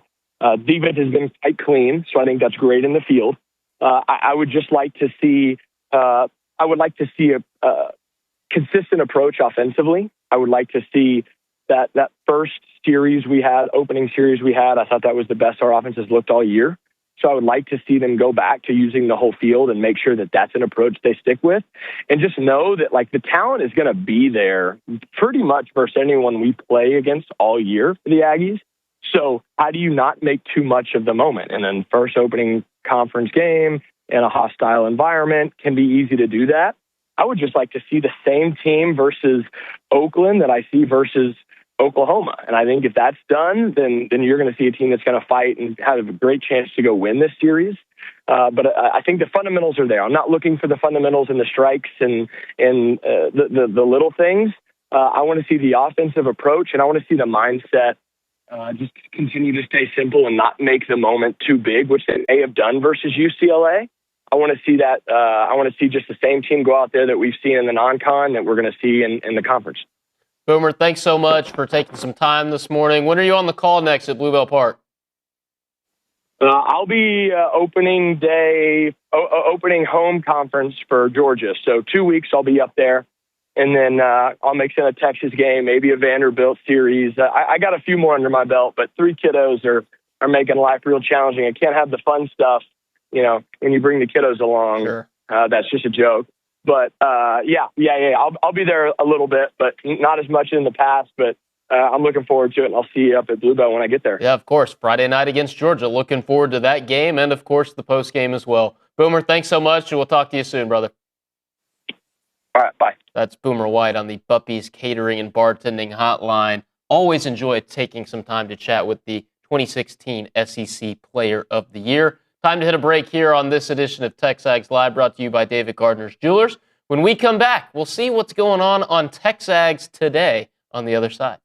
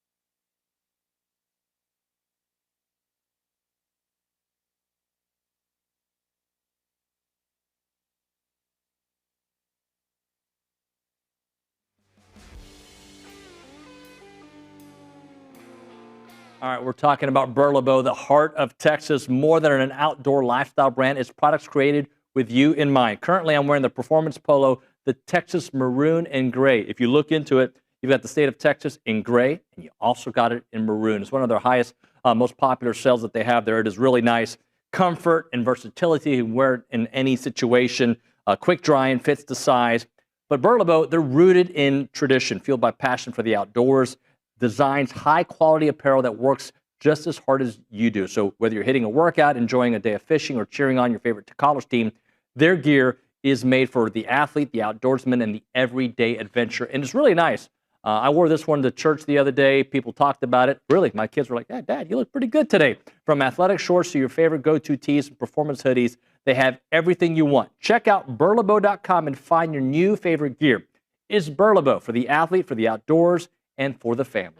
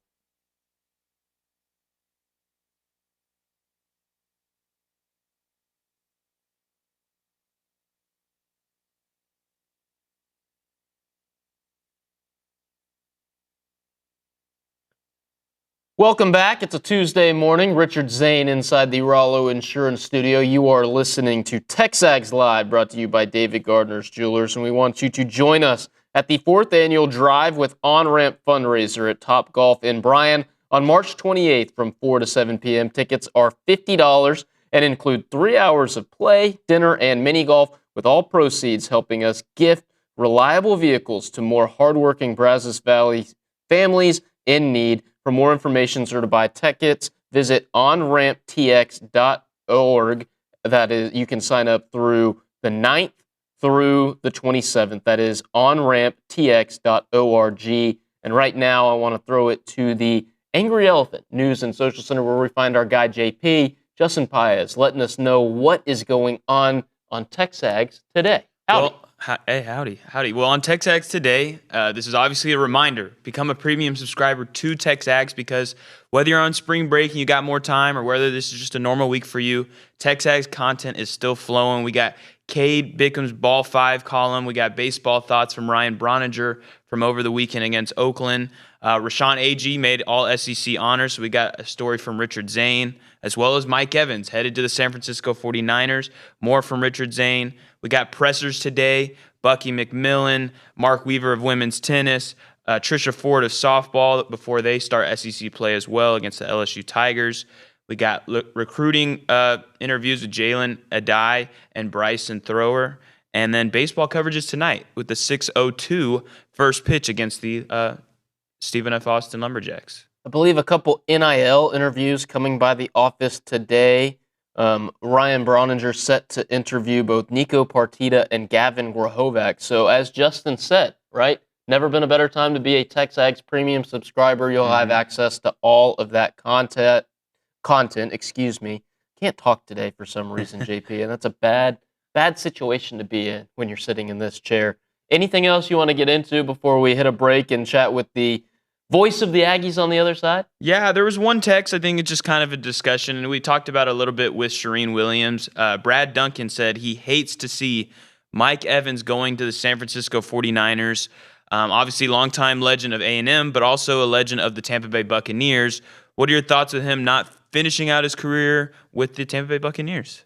I want whatever's best for Mike Evans, and if he thinks that's going from one bay to another, from Tampa Bay to the San Francisco Bay, more power to him. Charean thinks he's going to have a chance to win the Super Bowl. I think he's going to have a better quarterback throwing to him now than he did at any other point other than those 2 years with Tom Brady, and that's no disrespect to Mr. Baker Mayfield, who's had a pretty good couple of years for the Bucs as well. But it'll be nice for him to be in an offense with Kyle Shanahan pulling the strings that will try to get him the ball more and more often. And, of course, you want to see Mike now as his career comes to an end, or at least is nearing its end after these 3 years. Who knows what's next for 1-3. But you like to see him get another ring, right? Get another ring, increase that NFL Hall of Fame resume. I think we all believe that he's eventually going to end up in Canton. Yeah. But, of course, another title can't hurt, right, JP? And I'm not a big 49ers fan, obviously. I only know of one 49ers fan in College Station, and that's Trisha Ford, so I'll be nice. But they broke my heart when the Lions were in the NFC Championship game. I know there's a bunch of Cowboy fans out there that can't stand the 49ers for their rivalry matchups back in the 70s and 80s and 90s, so I get it. But just wishing Mike the best. That's all I can say. Pretty much it. Do you have anything else before we hit a quick break? Oh, Nick's yelling at us. We need to hit a break. Andrew Monaco on the other side here on TexAgs Live, brought to you by David Gardner's Jewelry.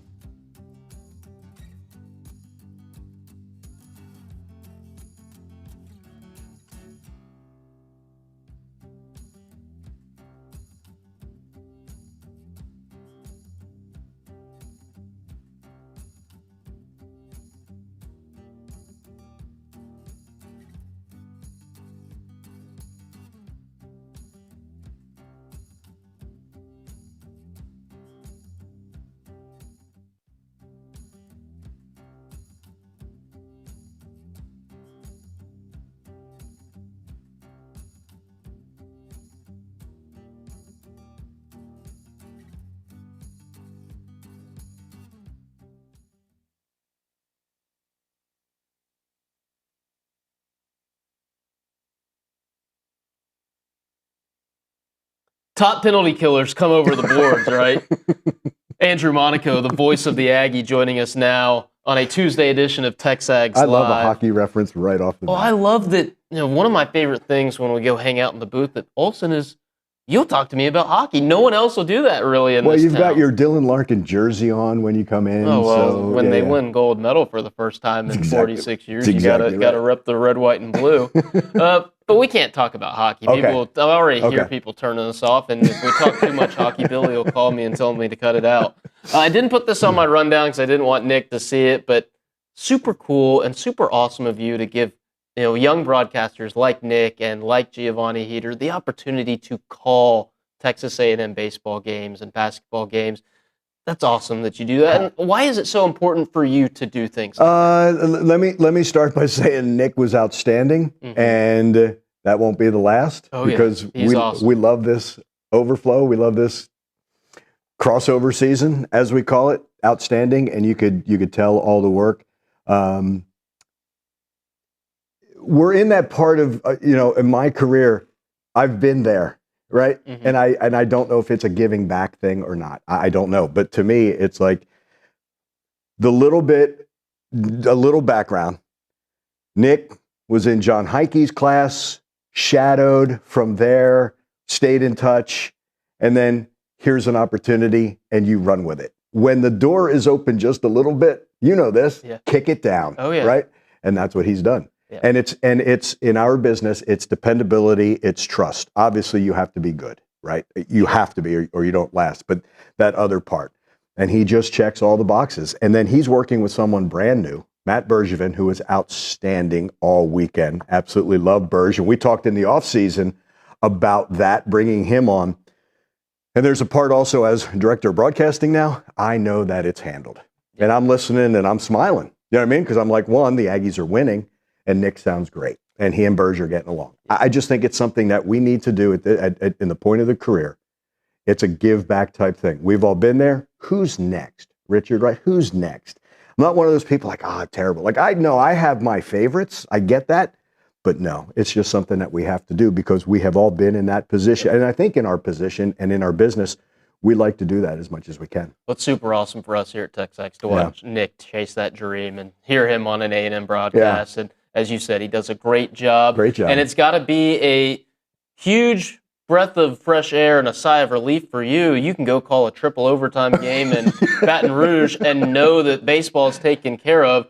Another broadcasting question, how many Hall's cough drops are required to recover from 55 minutes of a slugfest on the hardwood? It really was. We got into the 90s in that game, but it felt long. So what is it? I'm trying to think how many overtimes I've done between Texas A&M and LSU now, right? Oh, yeah. Because we were joking. I was joking with Dr. Thornton. I said, well, because you bring up, okay, what's the overtime record? I'm like, well, we lost in overtime to SMU, and we lost in double overtime at Tennessee. And I'm like, well, if we go to triple overtime, we're good, right? Didn't know it was going to do that. It was one where it meant an awful lot, or you didn't know how much it was going to mean to LSU. I give them a ton of credit. I really do. But all the credit to Texas A&M. I mean, that was just, they willed themselves to that win when it wasn't perfect. But I think that's part of the DNA of this team. They could have said, hey, we got the win in Kentucky. We're good. They know they're not good along the lines of take no doubt away from the committee. Look, we've still got scars from the year that they go to Tampa in the SEC tournament. To watch this team come together, play, and if it takes 3 overtimes, it takes 3 overtimes. I love the way that they're finishing this season. I really do. Like we talked about how they struggled, right? You had the 4-game losing streak. I get it. Can we turn the narrative around? They've won 4 of their last 6 now. That's impressive. And I think it's good momentum going into the tournament. Well, you think about the week they just had, right? They beat Kentucky, and it's always going to matter when you beat Kentucky on the basketball floor. And then you go and you outlast LSU in triple overtime. And those 2 wins are coming off. I don't know if it's a heartbreaker, but it's definitely gut-wrenching to lose to your biggest rival at home. It's a close game late, and you can't get it done. And I think the word grit might be overused in sports. But it is gritty. It is resilience from Bucky McMillan and his team. Isn't that what we're learning about Bucky Ball, right? We all thought, coming in, it's just going to be the offense. There's so many ingredients that go into why buckyball is successful. And I think that grit is part of it. Like Bucky said after the game, that game was won with the heart. We weren't sure. We didn't know these players were all new. Now you feel like you know them a lot better. And when they play to their identity, you can see it. And when they don't play to their identity, you see it. But they've done that way more often than they haven't. And look, every team in the SEC had a stretch. Was it going to be 2 games like Florida? Was it going to be 4 games like Texas A&M? You go through that stretch. How do you get out of it, and can you turn it around? Or do you have a long losing streak? It was turned around, and they didn't play poorly in the 4 losses. Really good. You saw the compete. You saw at Alabama, you just came up 3 points shy. You saw the offense click against Missouri, not the defense. But I like that they don't say, yeah, but that was good enough. No. It's never good enough. Even in the wins, they're constantly learning, constantly adjusting. And when other teams say they can't wait for the end of the season, this is a team that says, we don't want this season to end. Bucky said this. There are schools that they want to end in March, and then in the summer, they wish they were playing again. Well, keep playing, right? And this team, I think, really likes to be with one another, play together, and win together. And that's, again, it's been really, really fun to see as the season has played out. Talk about playing good basketball at the end of the year, and Rylan Griffin is the poster child for that. Yeah. And I want to talk to you about Rylan in a minute. I want to go back to you saying, they won Saturday at LSU with the heart. Yeah. And the heart and soul of this team is Rashawn Agee. Agreed. Honored yesterday as a 3rd-team All-SEC pick, first forward at A&M to do so since Tyler Davis in 2018. Such an awesome story. Yeah. And this team isn't the team they are without him. They might go winless in SEC if he doesn't get that waiver.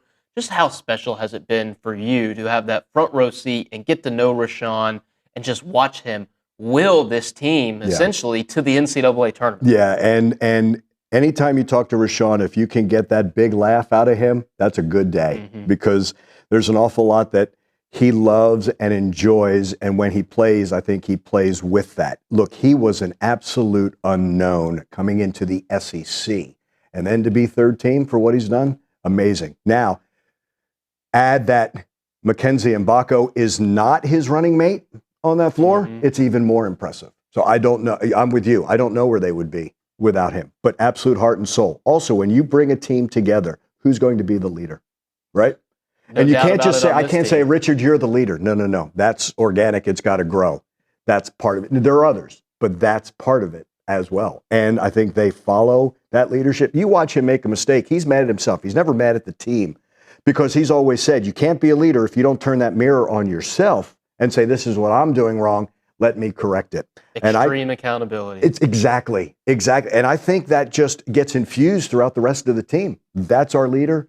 We're going to follow him. He has been a joy to watch. And you're talking about I forget where we were. Maybe it was Arkansas on that telecast. They were talking about the hardworking players in the SEC. And he wasn't on that list for ESPN. And I'm like, he's playing right in front of you. You might want to amend that list and put it on there. I think he's 2nd in rebounding. He might be 2nd in double-doubles in the league. And he might be the shortest forward in the entire conference, right? Yeah. It's generously listed at 6'8". He's gotten a lot of help the last couple games from Rylan Griffin. Career highs in back-to-back nights, 21 against Kentucky, 24 against LSU. Just the importance of guard play in March. You've been around for a while, seen a lot of tournament teams. Just how important is it that A&M now has their go-to guard as the postseason's about to kick off? Bucky said this Saturday, and I've loved it. He's not a role player. He's a real player. And that has always got me, that this young man went to the Final Four with Alabama. He's been through the SEC wars for 2 years, and then he goes through the Big 12, right, with Kansas. He's that kind of guy, and you rely. Cliche time. Your best players have to be your best players at this time of year. They just have to be. If not, it's not a long run. And he has been one of the best players, and that confidence that he has along the lines of offensively when he gets in gear. But I don't know if he gets enough credit defensively for the gear. And I don't think it's just the steals.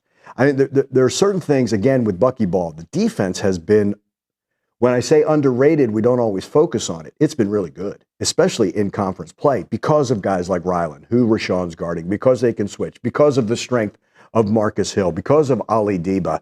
I'm leaving people out. Pop Isaacs has done it as well. But that's what Rylan Griffin, two-way player. And he's just been so much fun. And to me, 4th year, he's played in the SEC.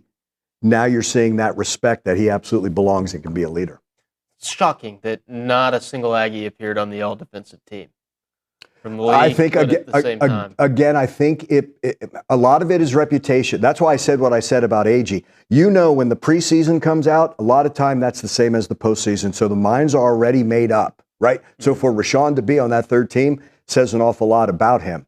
And again, because of the reputation of Buckyball, this offense and 90 points and 100 points and this and that, you don't think about the defense, but you forget that you have Kyle Keller on that coaching staff who can coach. And you forget that in a half-court defense, they can defend. It's not just the steals in the full court when they've had to guard in the half court. They've done that as well, and more on that. That staff is unbelievable for Bucky as well. It doesn't surprise me because those teams are popularity contests, right? Sure. So you are headed to Nashville later this week or later today. Yeah. A&M will play on Thursday. Opponent TBD, either Oklahoma or South Carolina. 8:30 on Thursday night. Andrew Monaco with us here on TexAgs Live.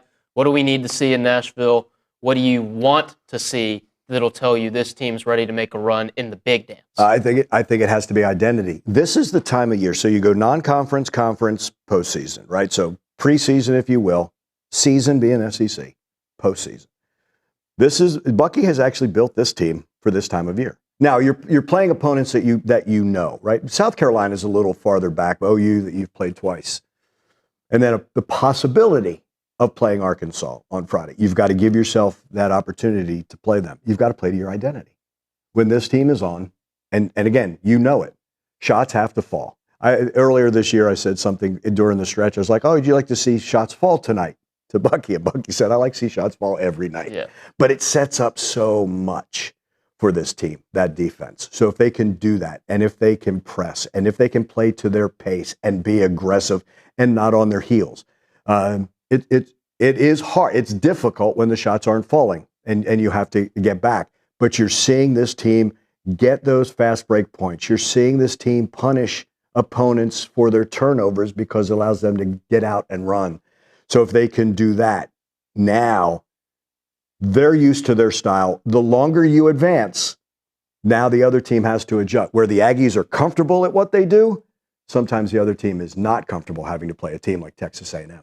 On a personal note, SEC tournament, fraternity of broadcasters, all in attendance. How much do you look forward to this event? And what's that brotherhood, that fellowship like with your fellow play-by-play guys? It's nice to catch up because some teams we haven't seen, over the course of the season. So it's always fun to catch up with all of them and ask them about their year, their family, things like that. But yeah, we don't get to do it very often, except this time of year. Not everybody does baseball, and you know how football can be. Mm-hmm. It's a limited schedule, so you don't get to do that. But yeah, to have that time together and to get together is certainly a lot of fun. And you catch up, and we complain a little bit, but we get to congratulate certain ones who've won some awards. So it's a good time to get together. It really is. That's awesome. Basketball top of mind, but baseball also off to a hot start. You want to stick around, talk a little baseball on the other side with me? Can I give you the same answer I give David? Yes, please. Absolutely. Awesome. He's the best. Andrew Monaco here with us. He'll stick around for one more segment right here on TexAgs Live, brought to you by David Gardner's Jewelers.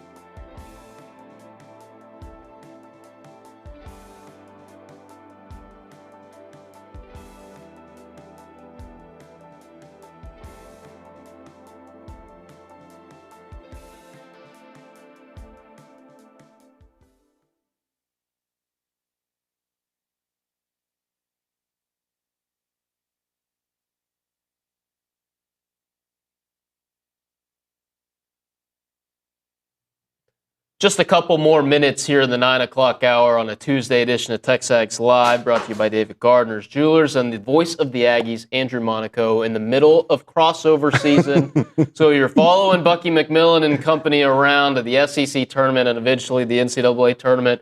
But baseball season across the street at Bluebell Park is about to see SEC play start.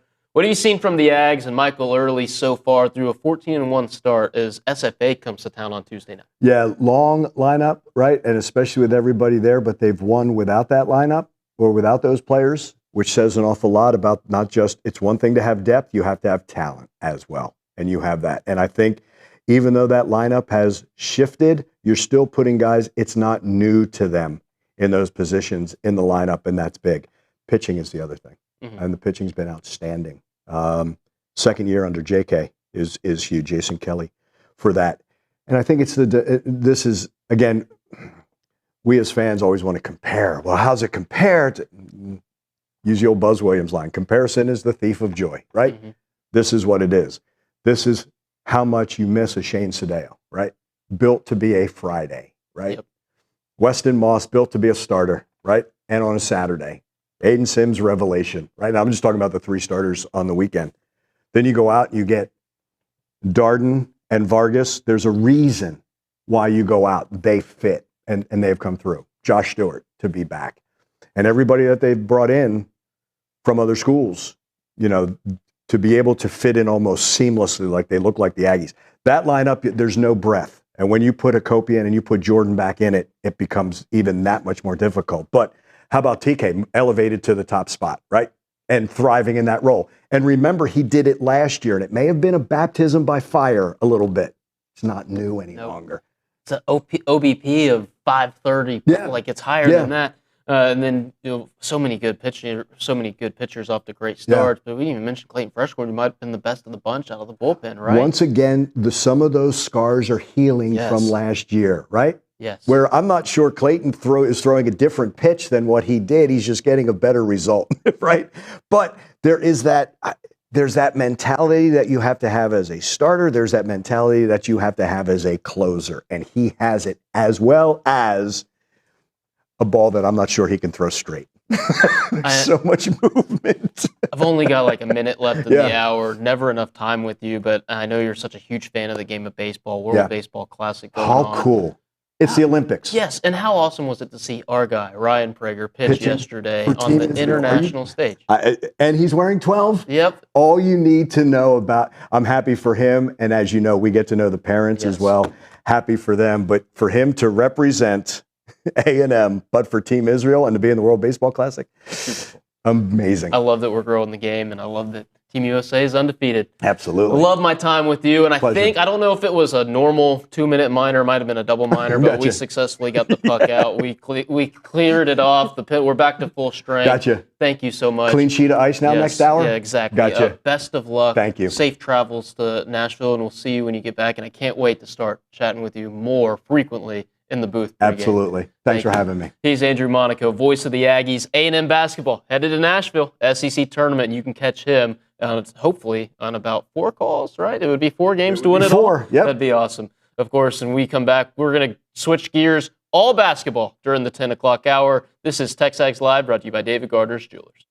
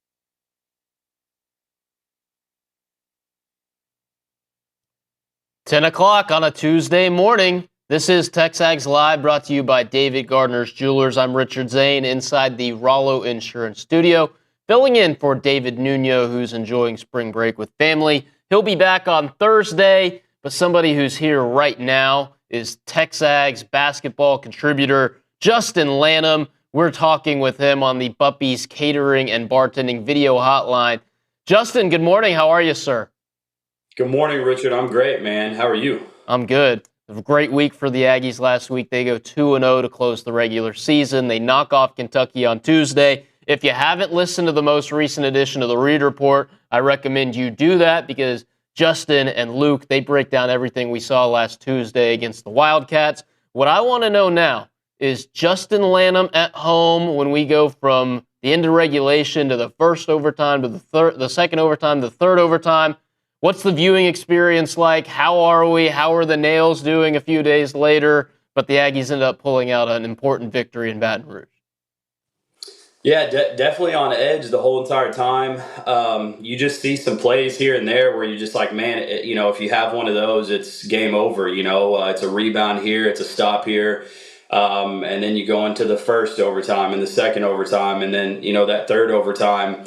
I'm kind of with Bucky. I could not believe that either we didn't foul or that they were still able to get a wide open look at the end of that third overtime. And he said he might have strangled somebody out there on court if they would have knocked down that shot because they were supposed to foul. So, just a lot of things going through it. You know how big the moment is. You knew that you had to have that game. You really wanted to lock that one up, and just so that you could go into the conference tournament feeling a little bit more comfortable than what you would have if you would have lost that one. So it was a big moment. You gotta give the guys props. Like that's a long game. That's a lot of minutes that those guys are playing whenever you get into triple overtime. So props to those guys for finding a way to pull it out. Charean Aggie played 47 of the 55 minutes. That's absolutely insane. And fortunately for him, the Aggies don't have to play until Thursday at the SEC tournament. You talk about how important it was to win that game, Justin. How special is it as an A&M basketball fan and somebody who's covered the team to be sitting here before the conference tournament even begins, knowing that you're going to the big dance, and now what you're doing in Nashville is playing for seeding in the NCAA tournament?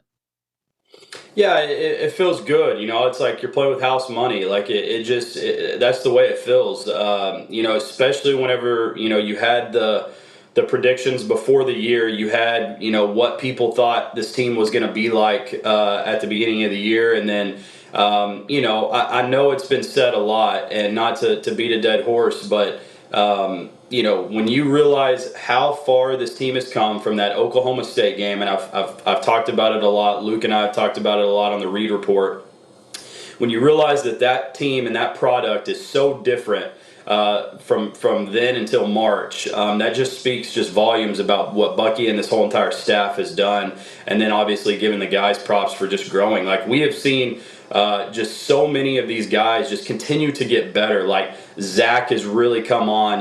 Pop Isaacs has kind of reemerged. He's just got more games under his belt where, coming back from the injury and stuff like that. So to answer your question, Richard, just to be in this position, it feels good. You can kind of go into the conference tournament and say, hey, if we win a couple of games, great. If not, I still feel good about, getting into the dance. So no worries there. Obviously, would love to see these guys go out and continue to compete. At some point, though, Richard, I'm going to be honest, and maybe I'm going to say something that's probably not, agreed upon by a lot of people. But I would be okay if these guys do not just go and finish out and play on Sunday. Sure, do we want to win, SEC championships? Absolutely. But the only thing that worries me sometimes is the style of play that these guys play and the amount of minutes that a lot of these guys have already played this year in hard minutes. I would love to see them get a little bit of rest. Yeah. I totally understand that point. Don't disagree with you either. There was a former baseball coach here that said, if there's a trophy at stake, we want to play for it and we want to win for it. But when there are bigger, better things on the horizon and your legs are already a little tired from playing 55 minutes on Saturday and the style of play throughout the 18 conference games, I understand that. To your point about how impressive of a job this is for Bucky McMillan and the entire team because the guys have stepped up, you got to consider the fact that they've been without their best and maybe only NBA prospect for the entirety of the conference schedule. Mackenzie Mbaka only playing 7 games, and that's how you've seen guys step up. And one of the guys that has stepped up a big time recently, Rylan Griffin, career high on Saturday against LSU. Just the importance of having your go-to guard step up and take command in March when guard play is so important. How special is it that Griffin is now the one taking the reins? Yeah, it's really special. I think everybody knew whenever he committed to A&M. I think everybody knew that obviously he's played big time basketball, whether it's at Kansas or whether it's at Alabama, and he's played in big time games. And so at times during the season, for sure, you were kind of looking at him like, hey, when are you going to get going? Hey, why aren't you taking more shots? Why aren't you being more assertive in the offense? And I think you've seen that come on of the last 2 or 3 games. Like, he has been way more assertive. He is taking his shots. He's picking and choosing his spots. And that's just a tell of a really good basketball player. And he's obviously got tons of games under his belt, and you're starting to see that. I think he alluded to, I heard the conversation between Pop and Luke about how they had a conversation, and Pop reached out to Rylan and said, hey, we need you to be more aggressive. We need you to take more shots. And so, like, that is really, really cool to see that they just have that trust in each other, and that Pop is kind of, not to take away from Rylan, but that Pop has kind of showed up to be a leader here as of late. And that just really speaks volumes to this team. Again, Rylan is a very, very special player. He can knock it down from outside. I like him on the defensive end. He's a little bit longer guard. And so whenever you don't have size, when you don't have a ton of size on the floor at times, like, he's just a little bit lengthy guard that you can have on the defensive end. How much help is he going to need for the Aggies to do something special later on this month? And who are the guys that you're circling as possibilities to break out right alongside Rylan Griffin? Yeah, so we already know what we're going to get from AG, so I'm not going to include him in that because he's just kind of Mr. Steady. He's Mr. Consistent, right? So, if you get a big game from Rylan and AG, I think we've all seen it. We know that when Ruben hits shots, whenever he makes shots, this team is just different. Whenever he goes for 3, 4, 5 threes, this team is completely different. So I think, to me, he's a guy, I could go through and say a couple of different guys, whether that's Marcus Hill, whether he's having his acrobatic finishes at the rim, whether that's Zach, creating mismatches down low on switches or stuff like that. They do a really good job of getting him into some screen situations where they get teams to switch off, and then he's able to take advantage of that. And then also, too, like I said, Pop is a guy that's kind of reemerged, and he's a guy that I think can make big shots. He can dish it out. He's a really good passer. And so, sure, does he make some boneheaded plays from time to time? Yeah, you're going to see those. But whenever you have a guy that has the ability to go off and make big shots and stuff like that, you just you take it for what it is. And so, I know I mentioned a lot of guys there, but that's what's so cool and great about this team is it can kind of come from anywhere. Yep. You said we didn't need to talk about Rashawn Agee because we know what we're going to get out of Mr. Steady, Mr. Double-Double, and now Mr. All-SEC. He picked up third-team All-SEC honor yesterday from the league's coaches. Just the heart and soul he has been for this team. How special of a player is he, and how important is he to A&M's success now that when they get into the postseason?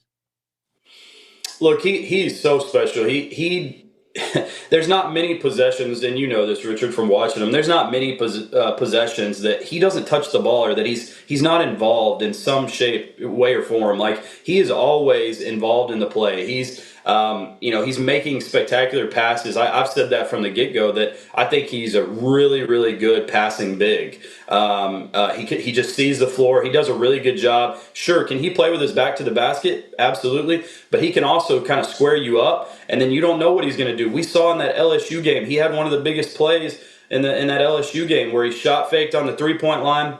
Guy came out to try to block it. He took it to the rim and got an and one. Like, he is just so special. He can kind of do it all. He can, he's stepped outside and hit some big shots. He's played with his back to the basket. He's physical. I could go on and on about this guy. I mean, he is a coach's dream. I mean, he is somebody that you want to coach. He's a winner. You can tell he's competitive. I mean, he's out there playing big minutes night in and night out and having to press. And a guy at his size, you just don't normally see that. But he is extremely athletic. The way that he attacks the rim sometimes, I mean, I told Luke, it feels like he's going to rip the rim off sometimes, just the way he attacks it. He's so aggressive. So, like I said, could go on and on, but he is a special player, and he is definitely going to be somebody. I don't want to talk about next year too soon. We still got games to play, but he's definitely going to be somebody that's going to be missed. TexAgs basketball contributor Justin Lanham with us on the Buppies Catering and Bartending Video Hotline.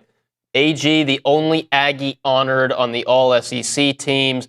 In my opinion, third team felt like a little bit of a slide. I think he's one of the most important bigs in the entire league, but they didn't ask for my opinion, obviously. They also didn't ask my opinion on SEC Coach of the Year. That award went to Todd Golden. Should Bucky McMillan have gotten more consideration for that award for what he's done this year? Yeah, look, I think I saw a lot of people say, like, just kind of lazy choice. Like, I agree. I'm not always under the assumption that the Coach of the Year goes to the conference championship, winning team. Like, I just don't. I don't believe that. Like, I think that whenever you look at the full picture, you gather all the facts, and you look at it, you could sit there and say, there's a lot of, and look, I'm not discrediting Todd Golden. I think he's a good coach. He's a national championship winning coach. Like, I'm not discrediting that. But when you look at the roster that he has, some consistency that he had on his roster, and then you see what Bucky had to build in just a short amount of time, I just don't see how you don't tip your hat to Bucky. Like, I don't see how that's not maybe a co-coach of the year, at least something just to give that nod to him, especially whenever you see the preseason predictions and where the chips fell, and kind of what they did and how they led the pack for a lot of the year. I know, people are going to say, well, the competition wasn't as great at that point in time.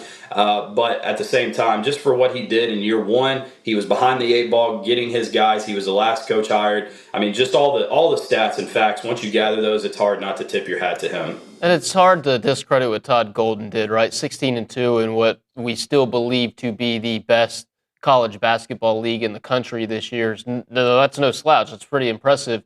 But if it didn't go to Bucky, I'm shocked it didn't go to a guy like Mark Byington at Vanderbilt, because these are guys when McMillan and Byington were picked to finish 13th and 11th, respectively, in the league, and they improve on that by 7 spots. Bucky obviously finishing tied for 4th, Vanderbilt in that tie for 4th. Vandy's going to be the 4th seed in the conference tournament, A&M the 6th seed. So, yeah, I agree with you. A little bit lazy, but you can't discredit what Bucky's done in year one, and it gives you confidence for what's moving forward. And a lot of that is the style of play. And from a coach's perspective, Bucky ball, and now the short time opponents are going to have when prepping for A&M in the SEC tournament, in the NCAA tournament. How difficult are the Aggies going to be to game plan for now that the postseason is here? Yeah, they're really hard. I think you could go back to even whenever Bucky was at Stanford and the NCAA tournament game against Kansas. Like, I think the pace of play, the style, especially when they're matching up with somebody outside of their conference, I think that's going to be really hard to prepare for. I think there's going to be a lot of teams that are going to say, oh, we can get into our half court offense and go inside against these guys, but the thing is, A&M's going to speed you up. They're going to press you. They're going to get a lot of shots off. They're going to get a lot of threes off. They're going to play fast. And so a lot of teams don't necessarily play like that. There are teams that are starting to play more like that. I think you see it in SEC play. But especially whenever these guys are going against other conferences, I think the style of play is definitely going to be hard to prep for. Look, I don't think there's going to be a lot of teams that have played as fast and as long as are as well conditioned as this Aggie team is. I'm not saying that those other teams aren't well conditioned. Obviously they are, but it's just a different style of basketball. And so I think whenever you get them, Bucky said it. This is a team built for the tournament. This is a team built for the tournament. And I believe it because it's a totally different style of play. You get one game. This isn't series. This isn't the NBA Finals. This isn't the NBA playoffs. Like, this is one game, and we know that if A&M shoots the ball well, and if they can turn you over and make you play fast, they got a good chance to win, and that's their recipe. So what gives you confidence that this team's going to be dangerous in the tournament? Is it the pace? Is it the style? Is it the veteran leadership of a Rashawn Agee? Is it the tournament experience of a Rylan Griffin? What gives you confidence the Aggies could make some noise here in March?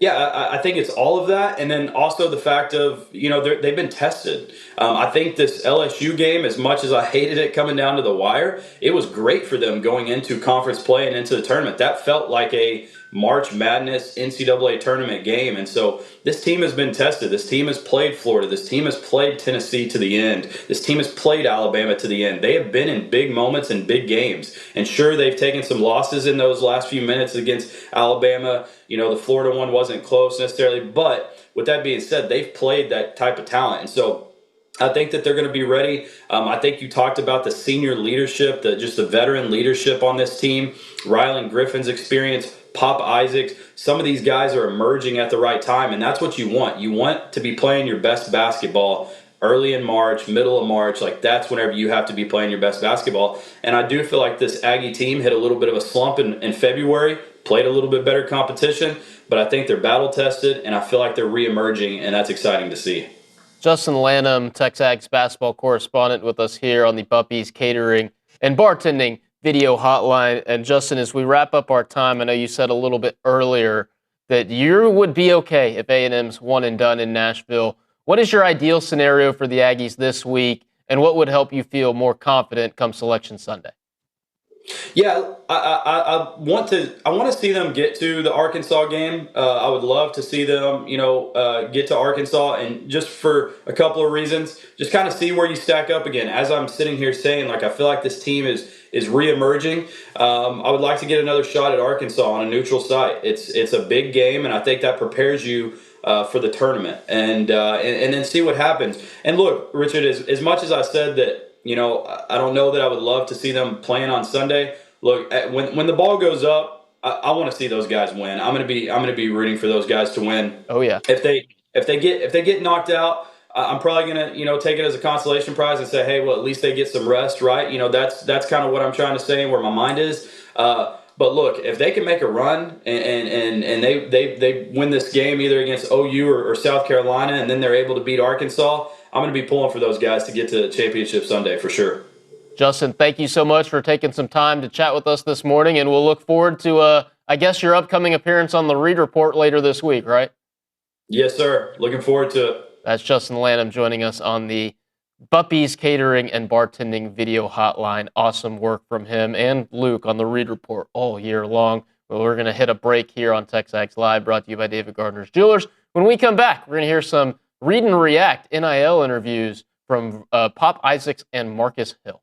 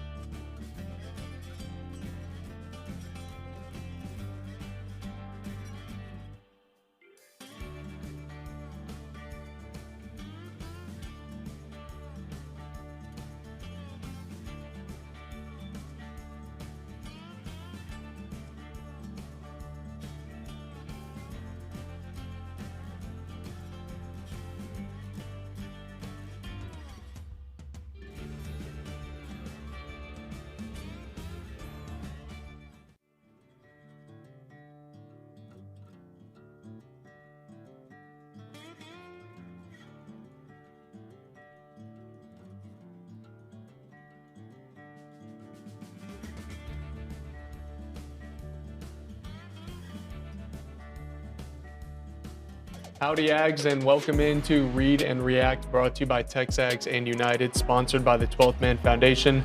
I'm Luke Evangelist, sitting down with Texas A&M guard Pop Isaacs.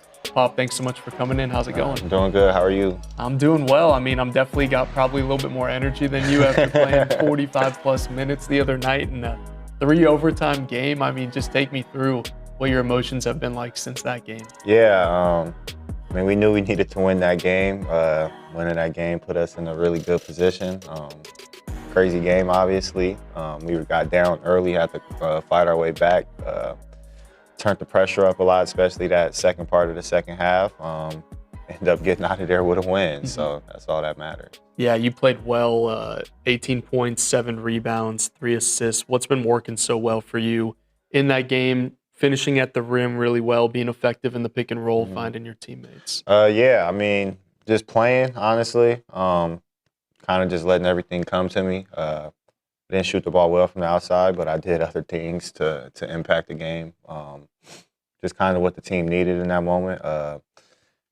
Just really trying to play a role, honestly. Just play the right way. I think when you play the right way, and do things on the defensive side, good things will happen for you.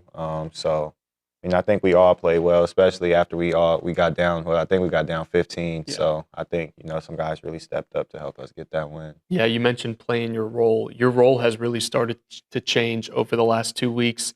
And I think it all started with that Texas game. Even in a loss, it felt like you were bringing that energy off the bench. And, you've been coming off the bench pretty much all year, which has been different for you. But now you're back in that role, starting, doing what you're used to, and your play has really been magnified in those moments where you've been starting, averaging 15 a game these last 3, 15 assists, just 4 turnovers.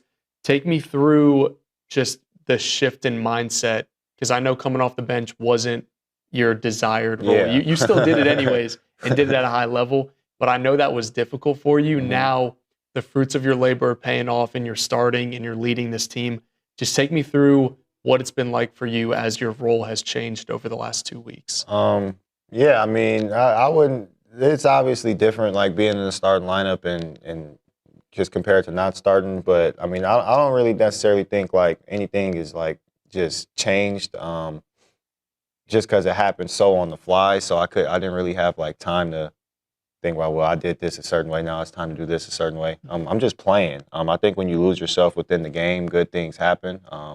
I did my best doing that coming off the bench, and now obviously the role it's changed. So just still trying to just lose myself within the game in the minutes I get. And I think doing that has helped me, make a positive impact on this team, whether I was starting or coming off the bench. So it's what the team needs now, so and I'm willing to step up and do it. So yeah, and the team needed a spark in March, and losing 6 of 8 needed a really strong week. We had you in pretty recently. You got that 2-0 week. It all started with that big game against Kentucky.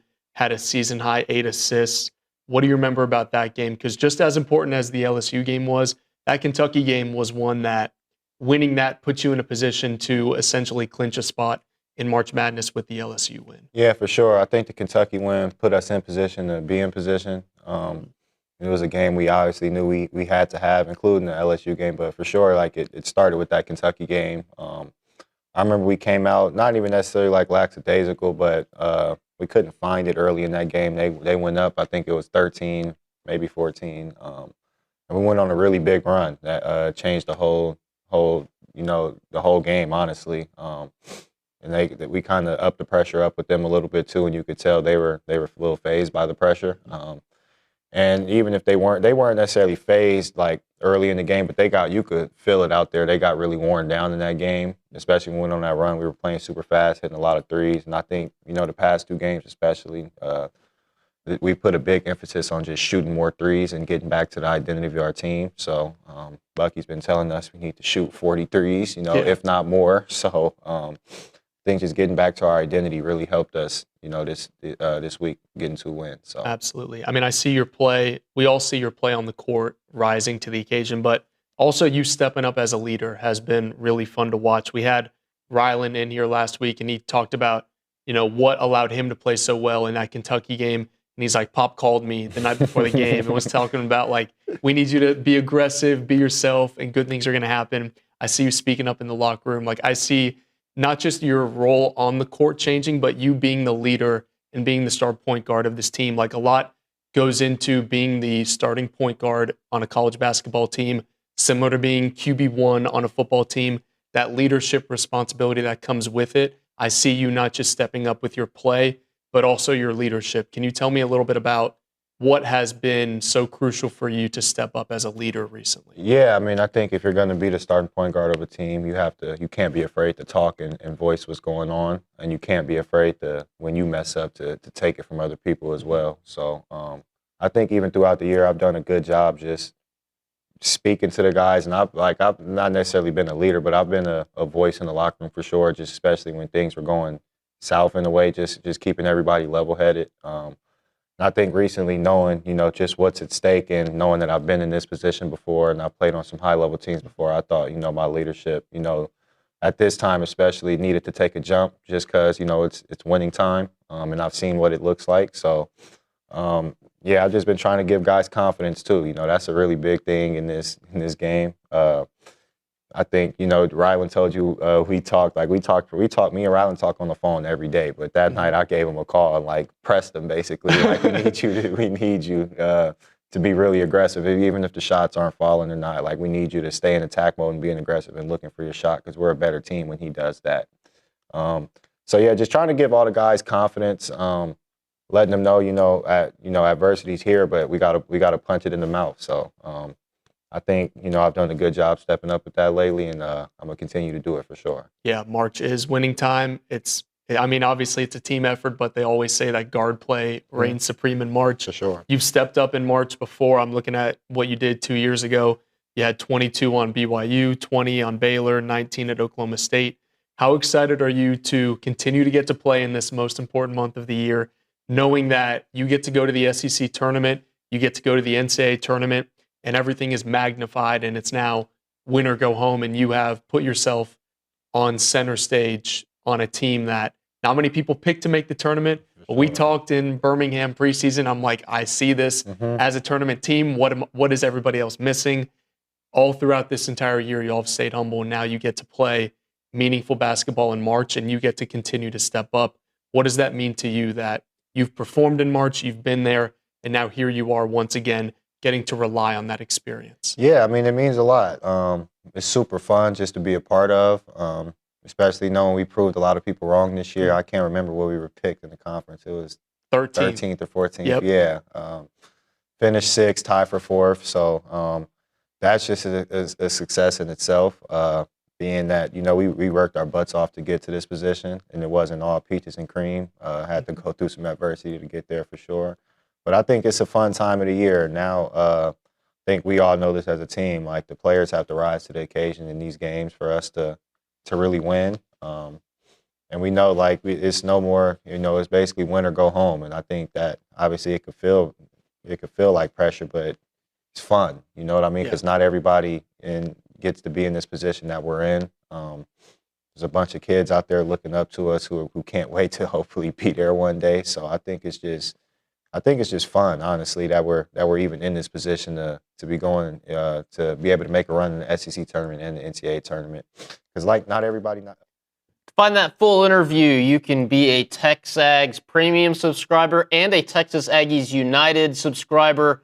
You don't want to miss that. I believe Luke Evangelos is doing a great job with our basketball coverage as a whole, and he's really, really good in those one-on-one settings with players like Pop. And you'll hear next on the other side of this break with Marcus Hill. Don't go anywhere. You're listening to TexAgs Live, brought to you by David Gardner's Jewelers.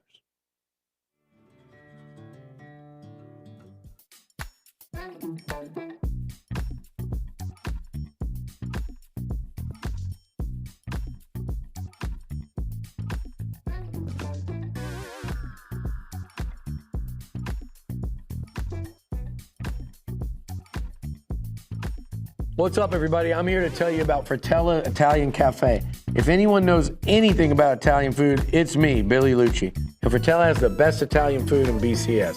Located at 3901 South Texas Avenue, Fratello is known for their handmade pasta dishes and feature lasagna, beef cannelloni, chicken parmesan, chicken fettuccine alfredo. A couple of my favorites, just a big old bowl of plain old spaghetti and some manicotti. Really recommend the manicotti. That's my go-to. And don't walk out of there without trying the fresh, piping hot breadsticks and the homemade in-house cheesecake, which is incredible.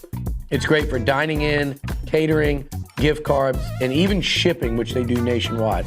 Fratello's is Aggie-owned and operated, and is an official restaurant partner of Texas A&M Athletics. I'll see you there.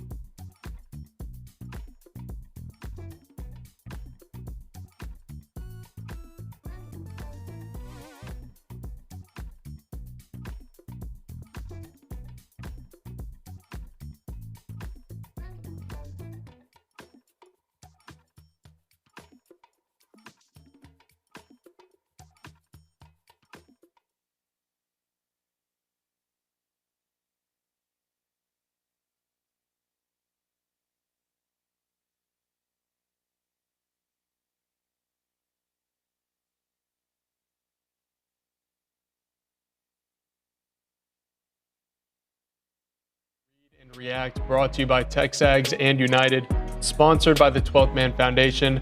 I'm Luke Evangelist, sitting down with Texas A&M guard Marcus Hill. Marcus, thanks so much for joining me. How's it going?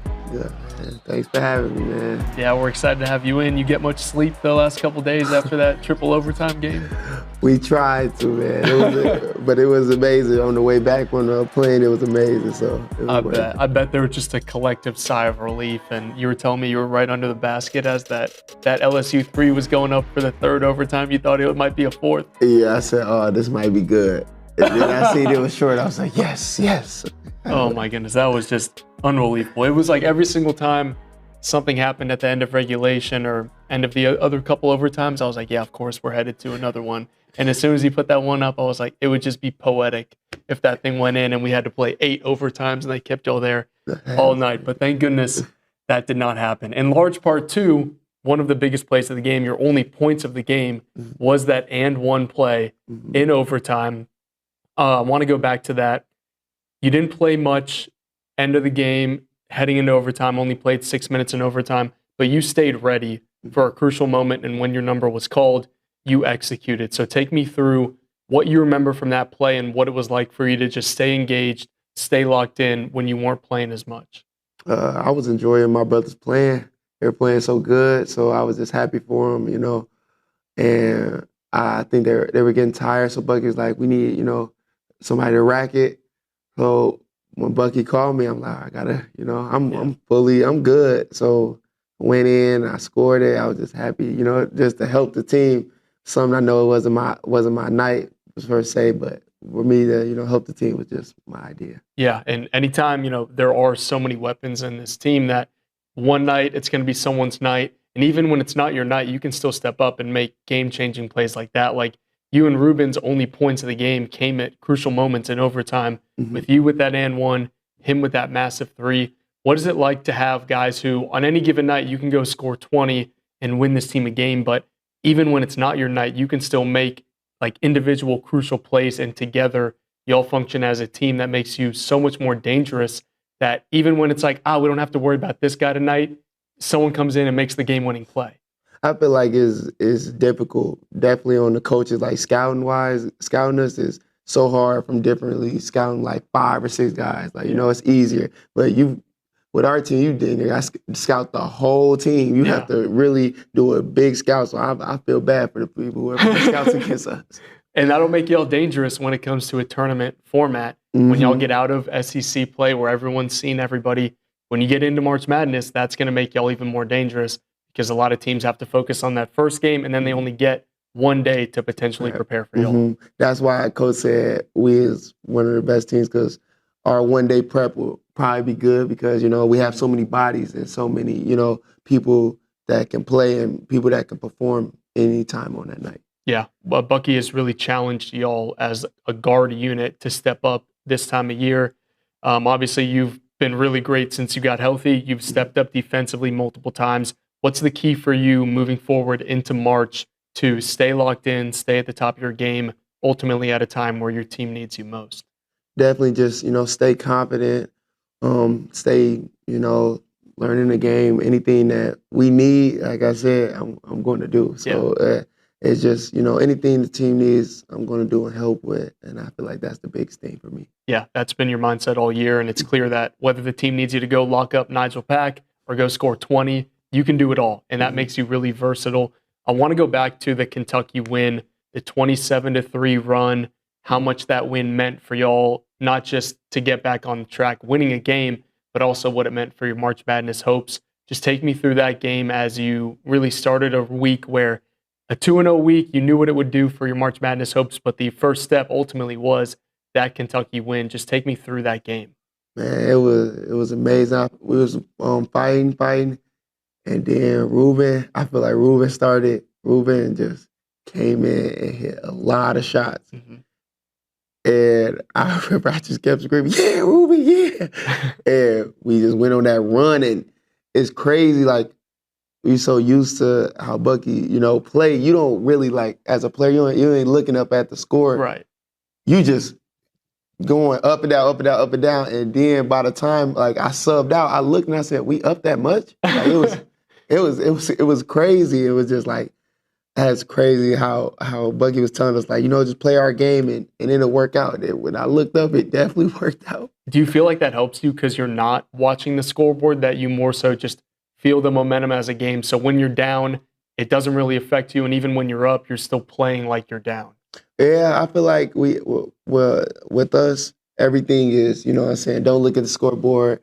It's going to come later in the game. People get tired, but like that one, it came early. So I feel like it was, a good thing to see. Yeah. The only couple times I've ever seen y'all like really tired late in the game was the SMU overtime and then the Tennessee overtime. Mm-hmm. Obviously, you played more minutes like as a team in that LSU overtime than you did in any of those last two. But I think it meant a lot for this team to win a game when everybody was tired and to prove to yourself that, yeah, you can blow teams out when you make 15 threes, but ultimately you got to dig deep in March, and to win an ugly game like that, I think was really impactful for y'all, that you finally got over the overtime hump. Mm-hmm. Most definitely. It was definitely I'd rather have that win than us going there and beat LSU by 20. Because it showed how hard we had to get in, how close of a team we is together. So definitely, we needed that before, and definitely before, like you said, before March. Yeah, when every game is a win or go home, and the way that Rylan Griffin is playing right now has to be really fun to watch. What have you seen from him as he's gone for career highs in back-to-back games? Man, he's playing great. Him and Sean, they're playing great together. It was fun to watch.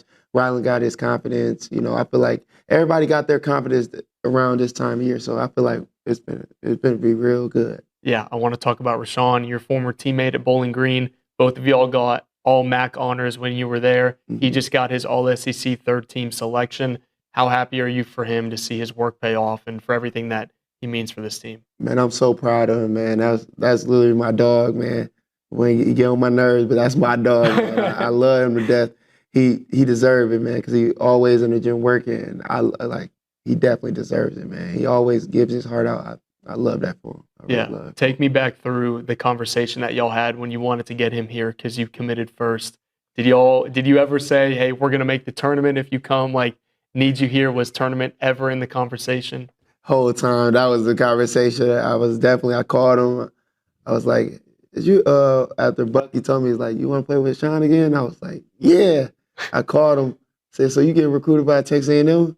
He said, yeah, man, I'm thinking about coming. I said, come, like, we go be together again, bro. Like, let's do it. Like, he's like, all right.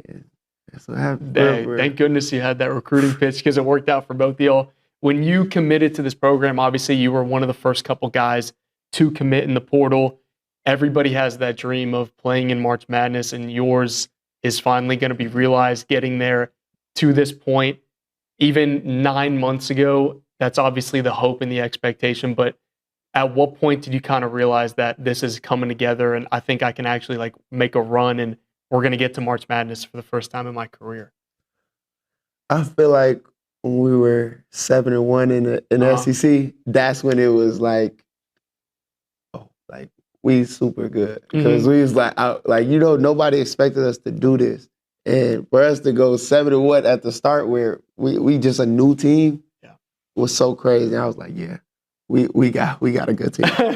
And I'm so glad it came together and y'all handled your business in the final 4 weeks of the year. I know the middle patch was rough, had the 4-game losing streak, but you finished winning 4 of your last 6. And that says a lot, I think, about this team's ability to battle through adversity, because the dream did become real with that 7-1 start, but obviously y'all had 10 more games to play. And I think it just says a lot about the veteran leadership that y'all have on this team, that guys like you and Rashawn are going to the NCAA tournament for the first time in your career, led by guys like Rylan and Pop who have been there, and it's just coming together in one team that not many people picked to do really much of anything this year, and y'all have come together as a group to make this dream a reality. What is it like to be in that locker room knowing that y'all did your work, you responded to the 4-game losing streak, and that you finished the season on a high note? The regular season, your story in the postseason is still being written, but you finished the regular season on a really high note. It feels good. Like all the work we put in the summer and everything, all the team bonding, everything just came together. It feels good to, finally see that the dream's coming true. And especially like for me, like you said, I ain't never been to March Madness. So I'm so geeked. I'm so happy. Me and Shy, we over geeked. You know, like I said, Pop and Zach, and you know, mostly everybody has been there and seen it. So they was telling us like this is like the best, you know, best feeling, and we're gonna love this as a team. We would hate if we didn't do it, you know. So it's the best feeling. Like I feel like we got an underdog story. I always been an underdog, so I love this. Yeah, that's awesome to hear. Bucky talked about how y'all handling your business the way you did makes it feel like you get to go to Nashville and that weight is lifted off your shoulders. You don't have anything more to do to prove to the selection committee that you should be in the tournament. Now you're just playing for seeding. Do you feel like as a player there's been a bit of a weight lifted off your shoulders and you get to play free and just go enjoy playing Nashville tournament basketball and play to your highest level without any outside expectation influencing you? Most definitely. I feel like, you know, with us, you know, winning these games and having a chance, I feel like we don't got nothing on our sleeve, but just go play and have fun. You know, I feel like with the 2 games before we had to, like, you know, like we need these games. So, it was, you know, a little pressure, but we did it. So I feel like, yeah, it's going to be, there's no pressure. Good. It's good to hear that. It's good to hear y'all are playing free. You got the weight off your shoulders. You've handled your business, and you're going to do great things in Nashville and beyond. Marcus, I really appreciate you for sitting down with me. Good luck in Nashville in the SEC tournament and in the NCAA tournament as the Aggies have. That was another edition of Read and React as Luke Evangelist, TexAgs basketball analyst, sat down with Marcus Hill. You heard the interview with Pop Isaacs in the previous segment. To find those interviews and so much more, be a TexAgs Premium and Texas Aggies United subscriber. You won't regret it. We're going to close out the show on the other side, but as a reminder, the final segment of the show is brought to you by Double Dave's. That's coming up in just a few moments. But right now, caller number 12 at 979-693-1150 will hook you up with your choice of a dozen pepperoni rolls or a large one-topping pizza from Double Dave's. They've been serving Aggieland since 1984. Double Dave's Pizza, serving up your favorite pizza and world-famous pepperoni rolls with reliable in-house delivery, bringing piping hot goodness straight to your door. Just click doubledaves.com and your favorites are on their way.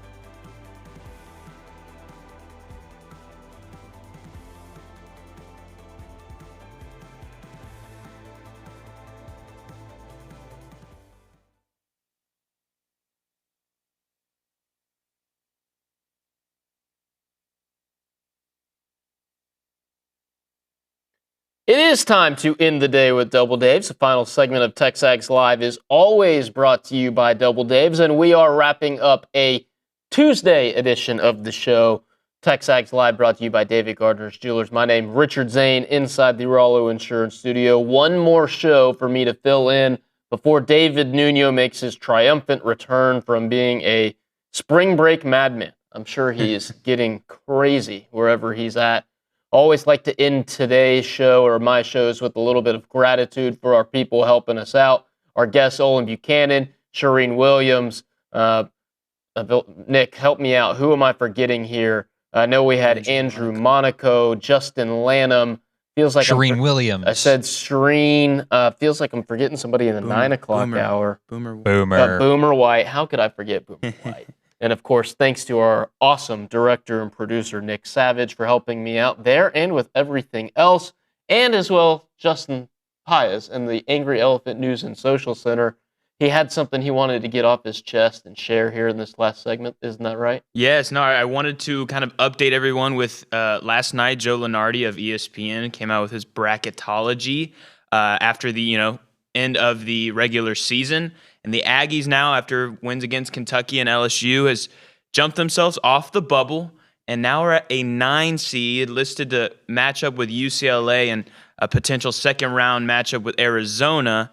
But I think the interesting, quick topic of discussion is now that they're off the bubble, but they're at the 9 seed, does it really matter where they kind of land for you? If they're a 10, if they're able to jump to an 8 or 7 with a good tournament run, or having that. I think it matters a lot, right? Because the 1 seeds this year, Arizona, Michigan, UConn, help me out, who's Duke, the 4th one? Florida just jumped Duke. to 1. So those 4 teams, the 1 seeds are so strong this year that you want to try and avoid the 8-9 line if at all possible. But for the Aggies, right, getting in is so important, and feeling comfortable on Selection Sunday is so unique from a Texas A&M standpoint, especially in year 1 of a head coach, that I think everything else is lagniappe, right? Like, it's the cherry on top. It's the whipped cream. It's the icing on the cake.